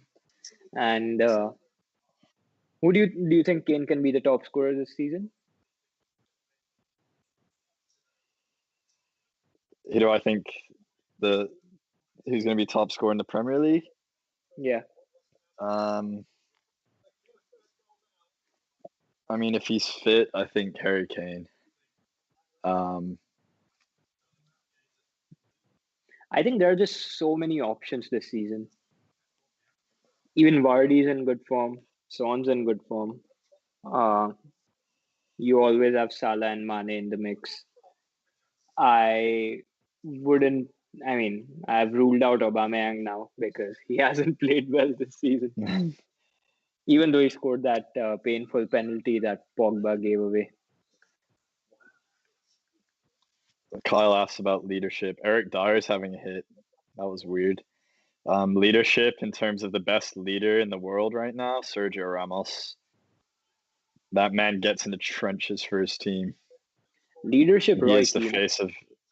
Well, are we talking about modern day players?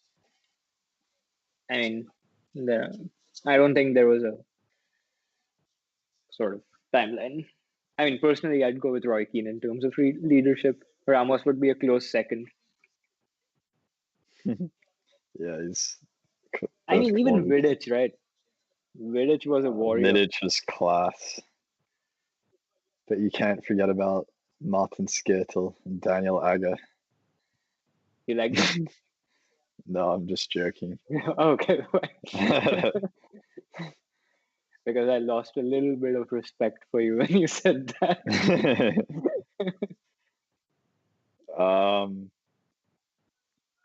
That's a good tackle from Højbjerg, and So now Tottenham are starting to have a grasp. This is the first little piece of possession play that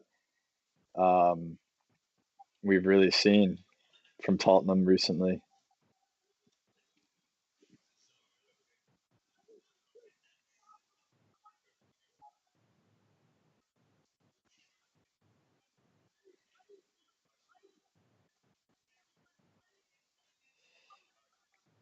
It just goes to show that possession isn't everything, because if you were to look at this is Jesus trying to take on the entire team because there's nothing there's so many players back. But no, but that was the perception, right? When TJ said company as well in terms of leadership. That's very true. Class leader. We mentioned that earlier in the broadcast. Here's Foden on the ball. I was gonna get into something. I forgot what I was mentioning.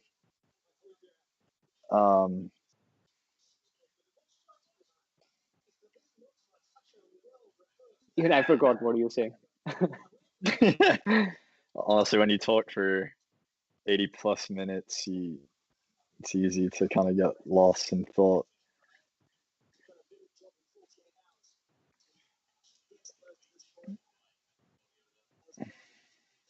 I was saying, as far as I'm concerned, this game's done. The game's finished? Yeah, I think Tottenham will win this. No, I mean, there won't be any more goals, is what I think.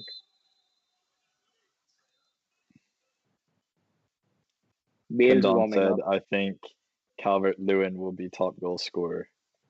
He's quieted down recently. I think Everton. The one thing I noticed about Calvert-Lewin by watching them play, he relies very heavily on service. And when Everton aren't performing and aren't providing him this proper service, he doesn't score as many goals.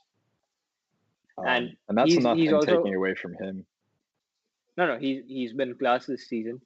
But ever since, Richarlison got his red card and Everton's form dipped, he hasn't been the same player he was when he started. Yeah, that's a great ball from De Bruyne to release the play. Kyle Walker's powering forward. That's a great tackle. That's what I don't like about Walker. He just runs in that straight line and then he tries crossing it in. It's true. Who's down right now? Aldo. I think it's a hamstring injury. That's what the commentator said. Who's coming on? Fun debates that we can bring up before the end. Let us know in the chat. Bale on the bench to bring into a game is what makes Spurs spicy this year. But do you want Bale on the bench? I hope to see him start soon. And play consistently. Like he sat back down. It's a shame, but we talked about that earlier on about the management that Mourinho is bringing to this and just easing him into the squad. Don't want to rush him back too soon, let him get injured. So, I mean, just, with the way Spurs are playing this season, do you think United made a mistake letting Mourinho go? And do you think it was Mourinho's fault that United weren't playing so well, or was it more than Mourinho? Was it the players as well and the management that sort of caused the entire decline? I think Mourinho did a decent job with United in terms of like finishing. He always said, I finished second. That was with that Man United group, and that was my best ever achievement. Yeah. It shows, fair enough to him. He did accomplish that. He won a Europa League. He won trophies. I don't know. I think, did we win an FA Cup? Maybe not. No. We won the League Cup. We won the Europa League. And we won the I think he did fine, but when it was time for him to go, when it was time, there was a toxic environment going on, and Agree. Yeah, TJ said it's fun to call Jose a fraud. He deserves credit for his management of his team. He was a bad fit at United. I agree with that. It just the personality. It was all unraveling before our eyes, and it's very fun to say, oh, he's doing such a great job at Tottenham, right? But it's really when Mourinho's teams are doing poorly is when we see the real test. And credit to him, I think he came into a Spurs environment that was low pressure. He didn't even finish top four. He got a lot of injuries. Last season, in terms of his eyes, was a very low pressure situation for him, right? Yeah, And yeah. he had the opportunity to build the team without results just being demanded week after week. Here comes City. It's a That was a corner good free kick. goal kick. And now he's starting to get into a good groove here, and his players are fit. So he has a great opportunity to do something big here with Spurs this year. I think if he doesn't win something this season, then that'll be a shame for him because of the squad he has at his disposal. Yes. TJ says he's a great manager for great teams, but he's too harsh on players to manage a mediocre one where the players aren't up to his standards. Agreed. Yeah, he definitely doesn't. Once he's one of those players or managers, once he makes his mind up, there's no turning back. And I think you see that with Dele Alli, but also just it goes to show you Spurs don't need Dele Alli. And I know he made a lot of enemies in Pogba and Luke Shaw during his time at United. But and I it's think always very Pogba, challenging. I personally don't like Pogba as much. I mean, everyone's still talking about, United unlocking Pogba's potential, but I don't think there's anything left to unlock anymore. Not at United. Yeah, this is a good interception from Reguilon, and he's bursting forward, but this is where Kyle Walker does a good job and effectively breaks up play again. Talking about Kyle Walker at the beginning and his effectiveness as a defender, that just proves it right there. Just not as effective going forward. City have been poor today. Let's just put that out there.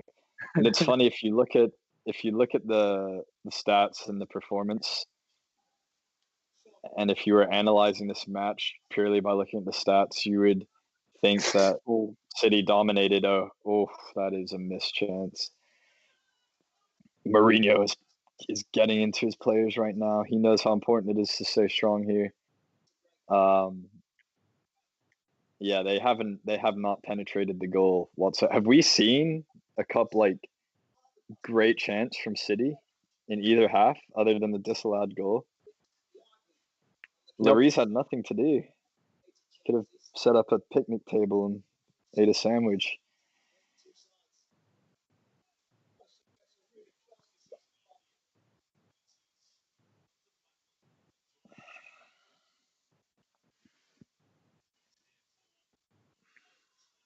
We've got 5 minutes left.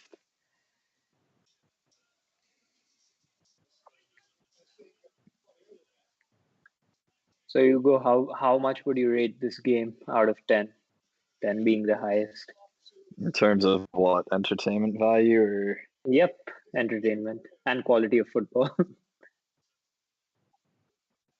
Well, whenever I see City lose, it brings a smile to my face. But in terms of pure footballing entertainment, pretty low.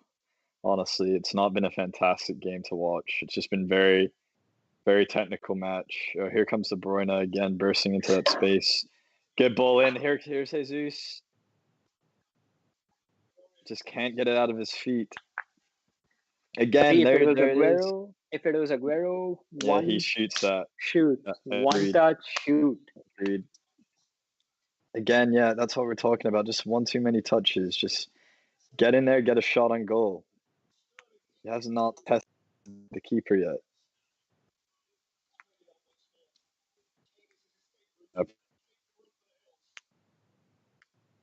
Look at Kane. For example, I had far more entertainment. Yeah, he's powering forward here.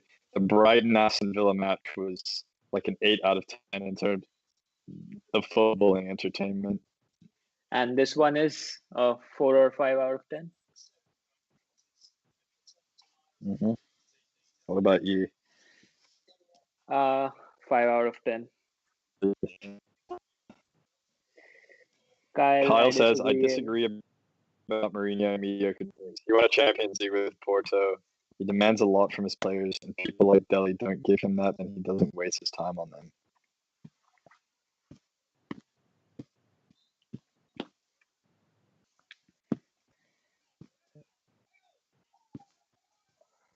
Thoughts on that? So I mean, mediocre one teams is one kind of thing would a be that broad when term. Mourinho won with Porto, the quality of football wasn't as intense as it is today, right? I mean, now you have like 3, 4, or 5 teams in, the big leagues who are really good. Instead of in La Liga, it was just Madrid and the Galacticos, and of course Barca was coming up with Ronaldinho. So I yeah, I get what he's saying, but I don't know. What are your thoughts? Well, that was early Mourinho though. I don't have any kind of perspective on Porto because I actually didn't see. I don't know about it. I think the only thing I know is they beat United on the way to that Champions League final. Bit of an internet issue. Hopefully, I come back. Yeah. So I don't know. It's an interesting debate, but I think Mourinho. One of the negative parts about Mourinho's management is I think the game had, like you said, Christian alluded to, the game has modernized a bit, especially in terms of the way players act. And I think he's losing touch with the modern day player. And that kind of came into play at Manchester United. But if you ask all of the players about him, they love him. But I guess it's you either love him or you hate him, and that's the way he kind of approaches his own players as well. So again, So we that's don't the know thing, what's right? going on behind closed doors. Speaking of behind closed doors, I'd be so happy if United let the Amazon team in for the third season of The first time they've really tested Lurie.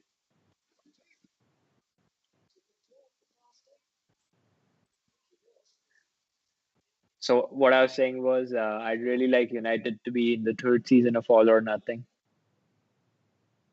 I would like that too. I'd like to see what's actually going on in there. We can see Harry Maguire's rousing team speeches, which are I highly doubt are anything of good substance. I think a lot of Mourinho's problem at United was he knew what he needed to make the team better, but the board weren't letting him spend on players. Agreed. There was a lot of fundamental issues wrong with that whole time with United. It was, and that's the issue. It's just United haven't been consistent for so long. They'll have great matches, and then they'll have very poor matches. But that all comes around to the lack of identity at the club in their style of play. Do you think United Mourinho's tactics were anti the United way, which is to provide a lot of attacking football to the fans, and that's where another pain point was. Do you think United will win a Premier League before the 10-year mark? No.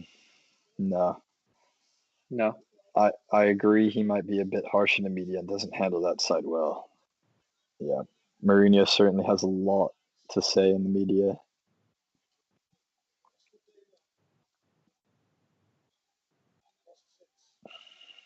So we're coming to an end. What are you going to say about United? No. So I didn't hear what you said about when I asked if United will win before the 10-year mark.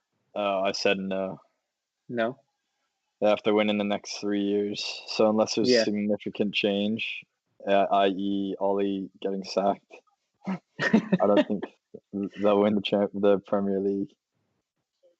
You can't Who do you think honestly we sit should there get? and think Ollie is gonna win us the Premier League. Who should United get then? Pochettino? I mean, he could be an option. But even he hasn't won anything, right? Yeah, that's the one. But I mean, Mourinho has this huge record of winning, and he didn't win anything at United, or he won trophies, but not the big prize. So Yeah. but, I mean, the match is coming to an end here. One of the Kyle most says you boring can't matches expect I've seen this season. United are looking strong in the Champions League from Kundan. That's true, and I think that's where United just have to find a consistency. It seems like they're up to it on European match day, but Premier League, it's a much different environment for them. Kyle says you can't expect Jesse, Lingard, and Jesse and Pogba to do defensive work he wants. And we'll end it with TJ Castellino saying gigs in. That would be nice to have Ryan Giggs, young Ryan Giggs back. Oh, match isn't over, and here comes City, and now it's over. So that's it. Thank you. It's over. Boring game. 2-0. I'm coming to But an end here. 2-0. Tottenham Hotspur, Manchester City. It's been fun, Coach. Really enjoyed it. Top of the table, huh? Yeah, it's top of the table. Spurs, City sitting in 10th right now. And hopefully United wins the next game. Yeah, against United against West Brom is coming up. So I've really enjoyed it. Guys, if let us know what match you'd want to see. So have I. And we'll definitely do this a lot more often. So if you're interested, then let me know.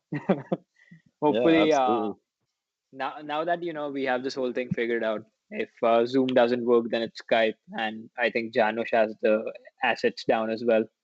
So we'll sort of build a whole hype around the watch along from next time out. Get a story out 24 hours before, do the whole countdown thing, make it a lot more official. That'd be fantastic. That'd be great. It's been a good first match though, and it was fun debating. And thank you guys for the comments. It definitely makes it more engaging.